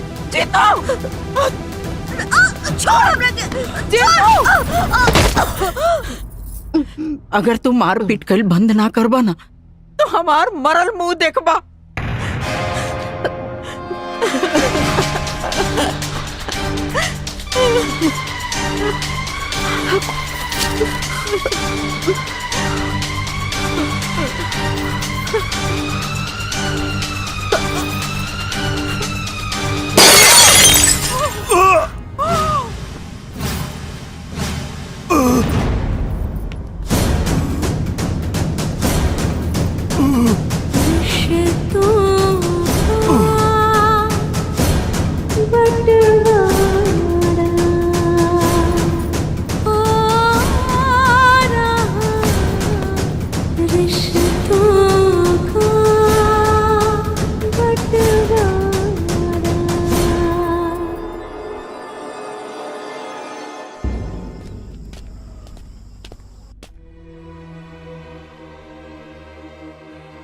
तरो नहीं पता तू कितना बड़ा पागलपन कर चुकल बड़ू।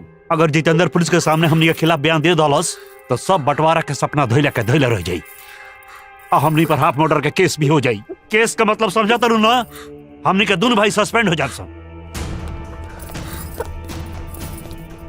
राजेंद्र पुलिस। हमारे बाबू कैसन बाड़न डॉक्टर साहब? देखिए उनके सर पे गहरी चोट लगी है, अभी कुछ भी कह पाना मुश्किल है। डॉक्टर साहब हम बयान लेवल चाहता नहीं। अभी वो बेहोश हैं, होश में आने के बाद ही आप उनका बयान ले सकते हैं। Excuse me. रहुआ के बानी? हम उनकर भौजाई बानी। इनकरा का चोट कैसे लागल? इंस्पेक्टर साहब इनमें हमार गलती बा। हम अपना देवर देवरानी से बात करत रहनी और तभी जितेंद्र आके मारपीट शुरू कर देलन। हम उनकरा के बड़ी मना कईनी लेकिन वो मानते ना रहे। फिर हम अपना हाथ से उनका के धक्का दे देली, गिर गईला।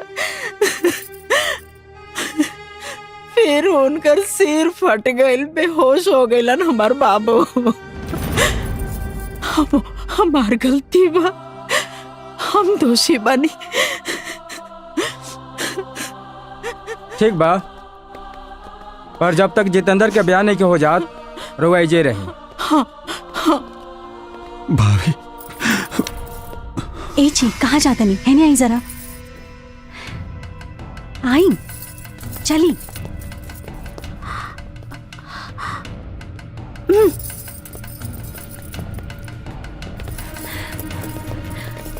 जॉन भाई बहुत अच्छा भाई।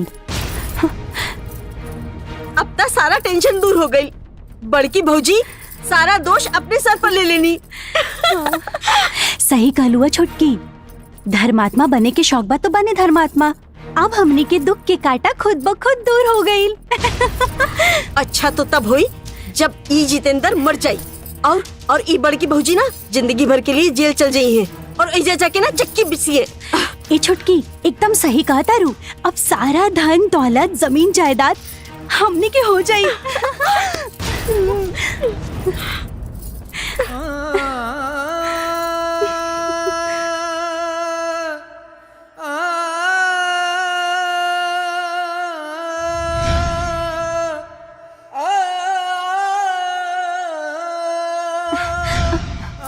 ए जी रोआ के का हो गई? कहाँ खो गई नी? कहाँ?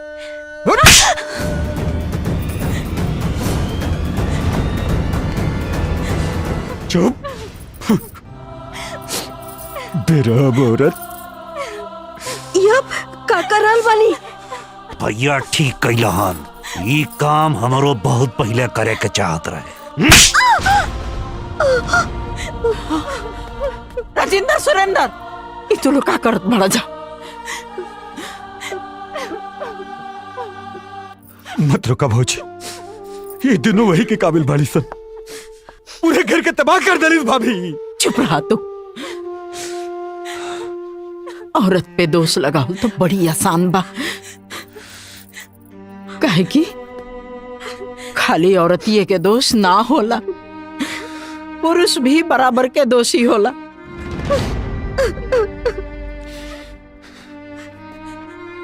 जब ये लोग अनाप शनाप बोलत रहे तो तोलो के दिमाग कहाँ गई रहे? घास चरे खातिर?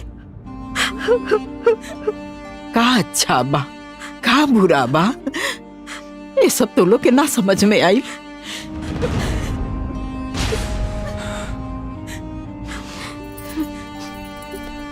डॉक्टर साहब पेशेंट को होश आ गया। जितेंद्र रुकी, पहले बयान हुई ओकरा बाद के हुआ उससे मुलाकात हुई।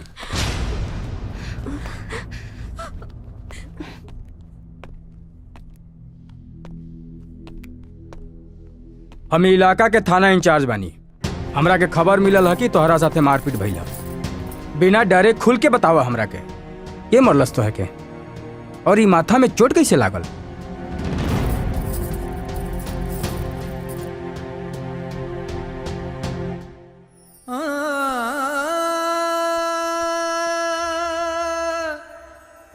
आपसे के कहल कि हमरे साथ मारपीट भइल बा। हमरे साथ कोनो मारपीट नहीं के भइल। वो हम छत पे चढ़त रही और सीढ़ी पर से पैर फिसल गई। हम सर के बल गिर गए नहीं, ओकरे बाद बेहोश हो गए। हमके याद नहीं कि ओकरे बाद का भइल। तू सच बोल रहल बाड़ा कि केहू के दबाव में आकर झूठा और गलत बयान दे रहल बाड़ा? हम एकदम सही कहा ताने। हमरे साथ कोनो मारपीट नहीं के भइल।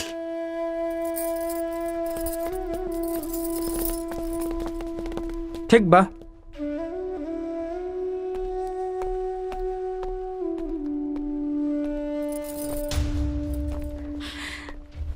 बयान हो गई। उनकर कहना बा कि उ सीढ़ी से गिर गई रहन और कोनो मारपीट ना भइल। तू तो कहत रहलू कुल तोहरा वजह से भइल बा। इंस्पेक्टर साहब, भौजी जौन बाड़ी जितेंद्र के कोनो काम से बाहर भेजले रहनी है। हन भौजी, यह बात बना?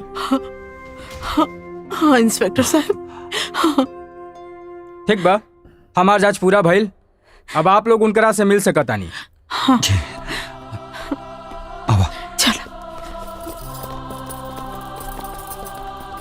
बाबू हमार बाबू।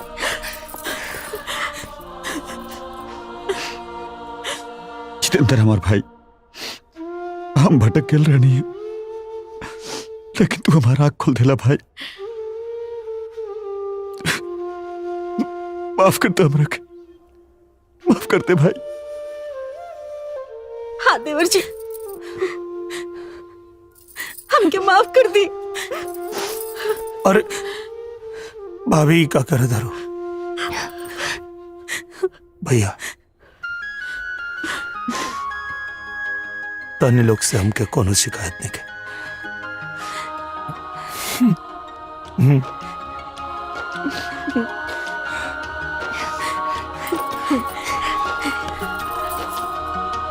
जज साहब, हमार छोट भाई जितेंद्र सही तर्क दे रहल बाड़न।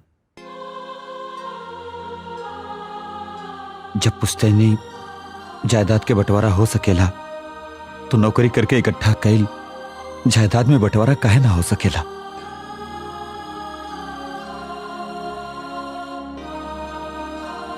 लेकिन हमरे यहाँ कानून में ऐसा कुछ नहीं के। जज साहब, हम आपसे विनती कैल चाहब कि सरकार के आप आदेश दी कि ऐसा कोनो कानून बने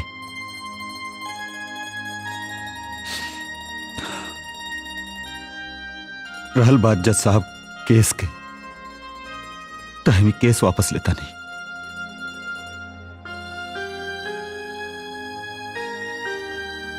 जज साहब, हमनी के घर के बंटवारा ना होई, हमनी के साथे रहल जाए, सगरो भाई मिलके जैसन बड़का भैया के सपना रहे।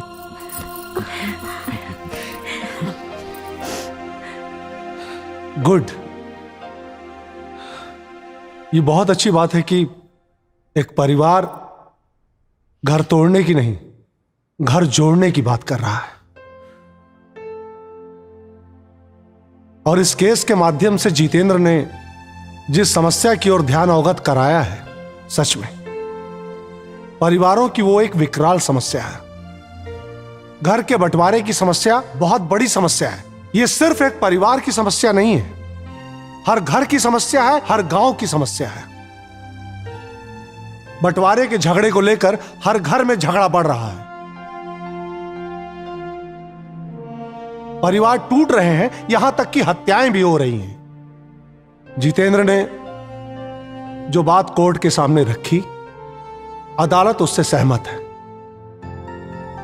और इस बात से भी सहमत है कि सरकार को कानून में संशोधन करके नया कानून बनाना चाहिए। पारिवारिक झगड़े के मामले को लेकर हम सरकार को चिट्ठी लिखेंगे इस मुद्दे को लेकर, और इतनी गंभीर समस्या की तरफ अदालत का ध्यान आकर्षित करने के लिए अदालत जितेंद्र की आभारी है।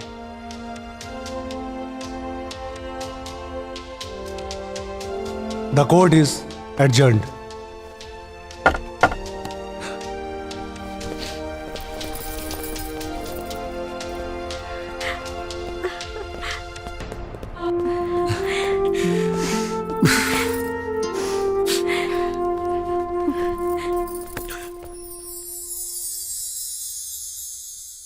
भैया, हमने के माफ कर दी, और आज के बाद रघुआ जवन चाहत रहनी है अब वो है ये घर में हुई। भैया, ये जमीन के पेपरवा दिवाली के पटाखा के संग जला दी का जितेंद्र? खाए ना, बुराई और नफरत के साथ ही यह होए के चाहिए।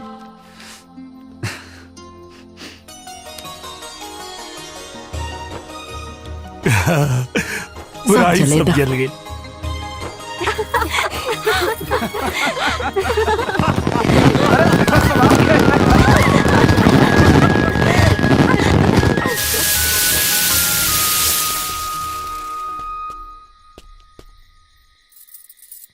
हम रउआ लोगों से कुछ कहे आयल बानी। कहीं हमार बाबूजी बदलत दुनिया के समझ ना पहले,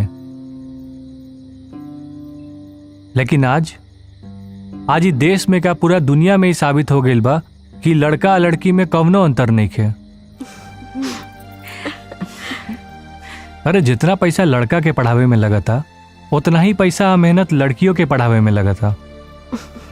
तो ऐसा काहे बा कि जब लड़की के शादी हुई तो लड़की वाला के दहेज देवे के पड़ी और लड़का वाला के ना देवे के पड़ी? ई कैसन प्रथा बा?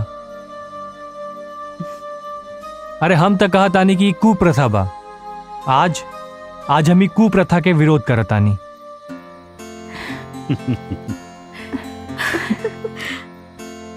हमके माफ कर दे,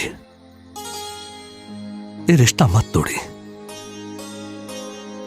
हमरा दिमाग में पुराना जमाना के रीत रिवाज के कादो कीचड़ भरल रहे, जे कि हमार बेटा हटा देलस। इस शादी के मना ना करी, होके दी।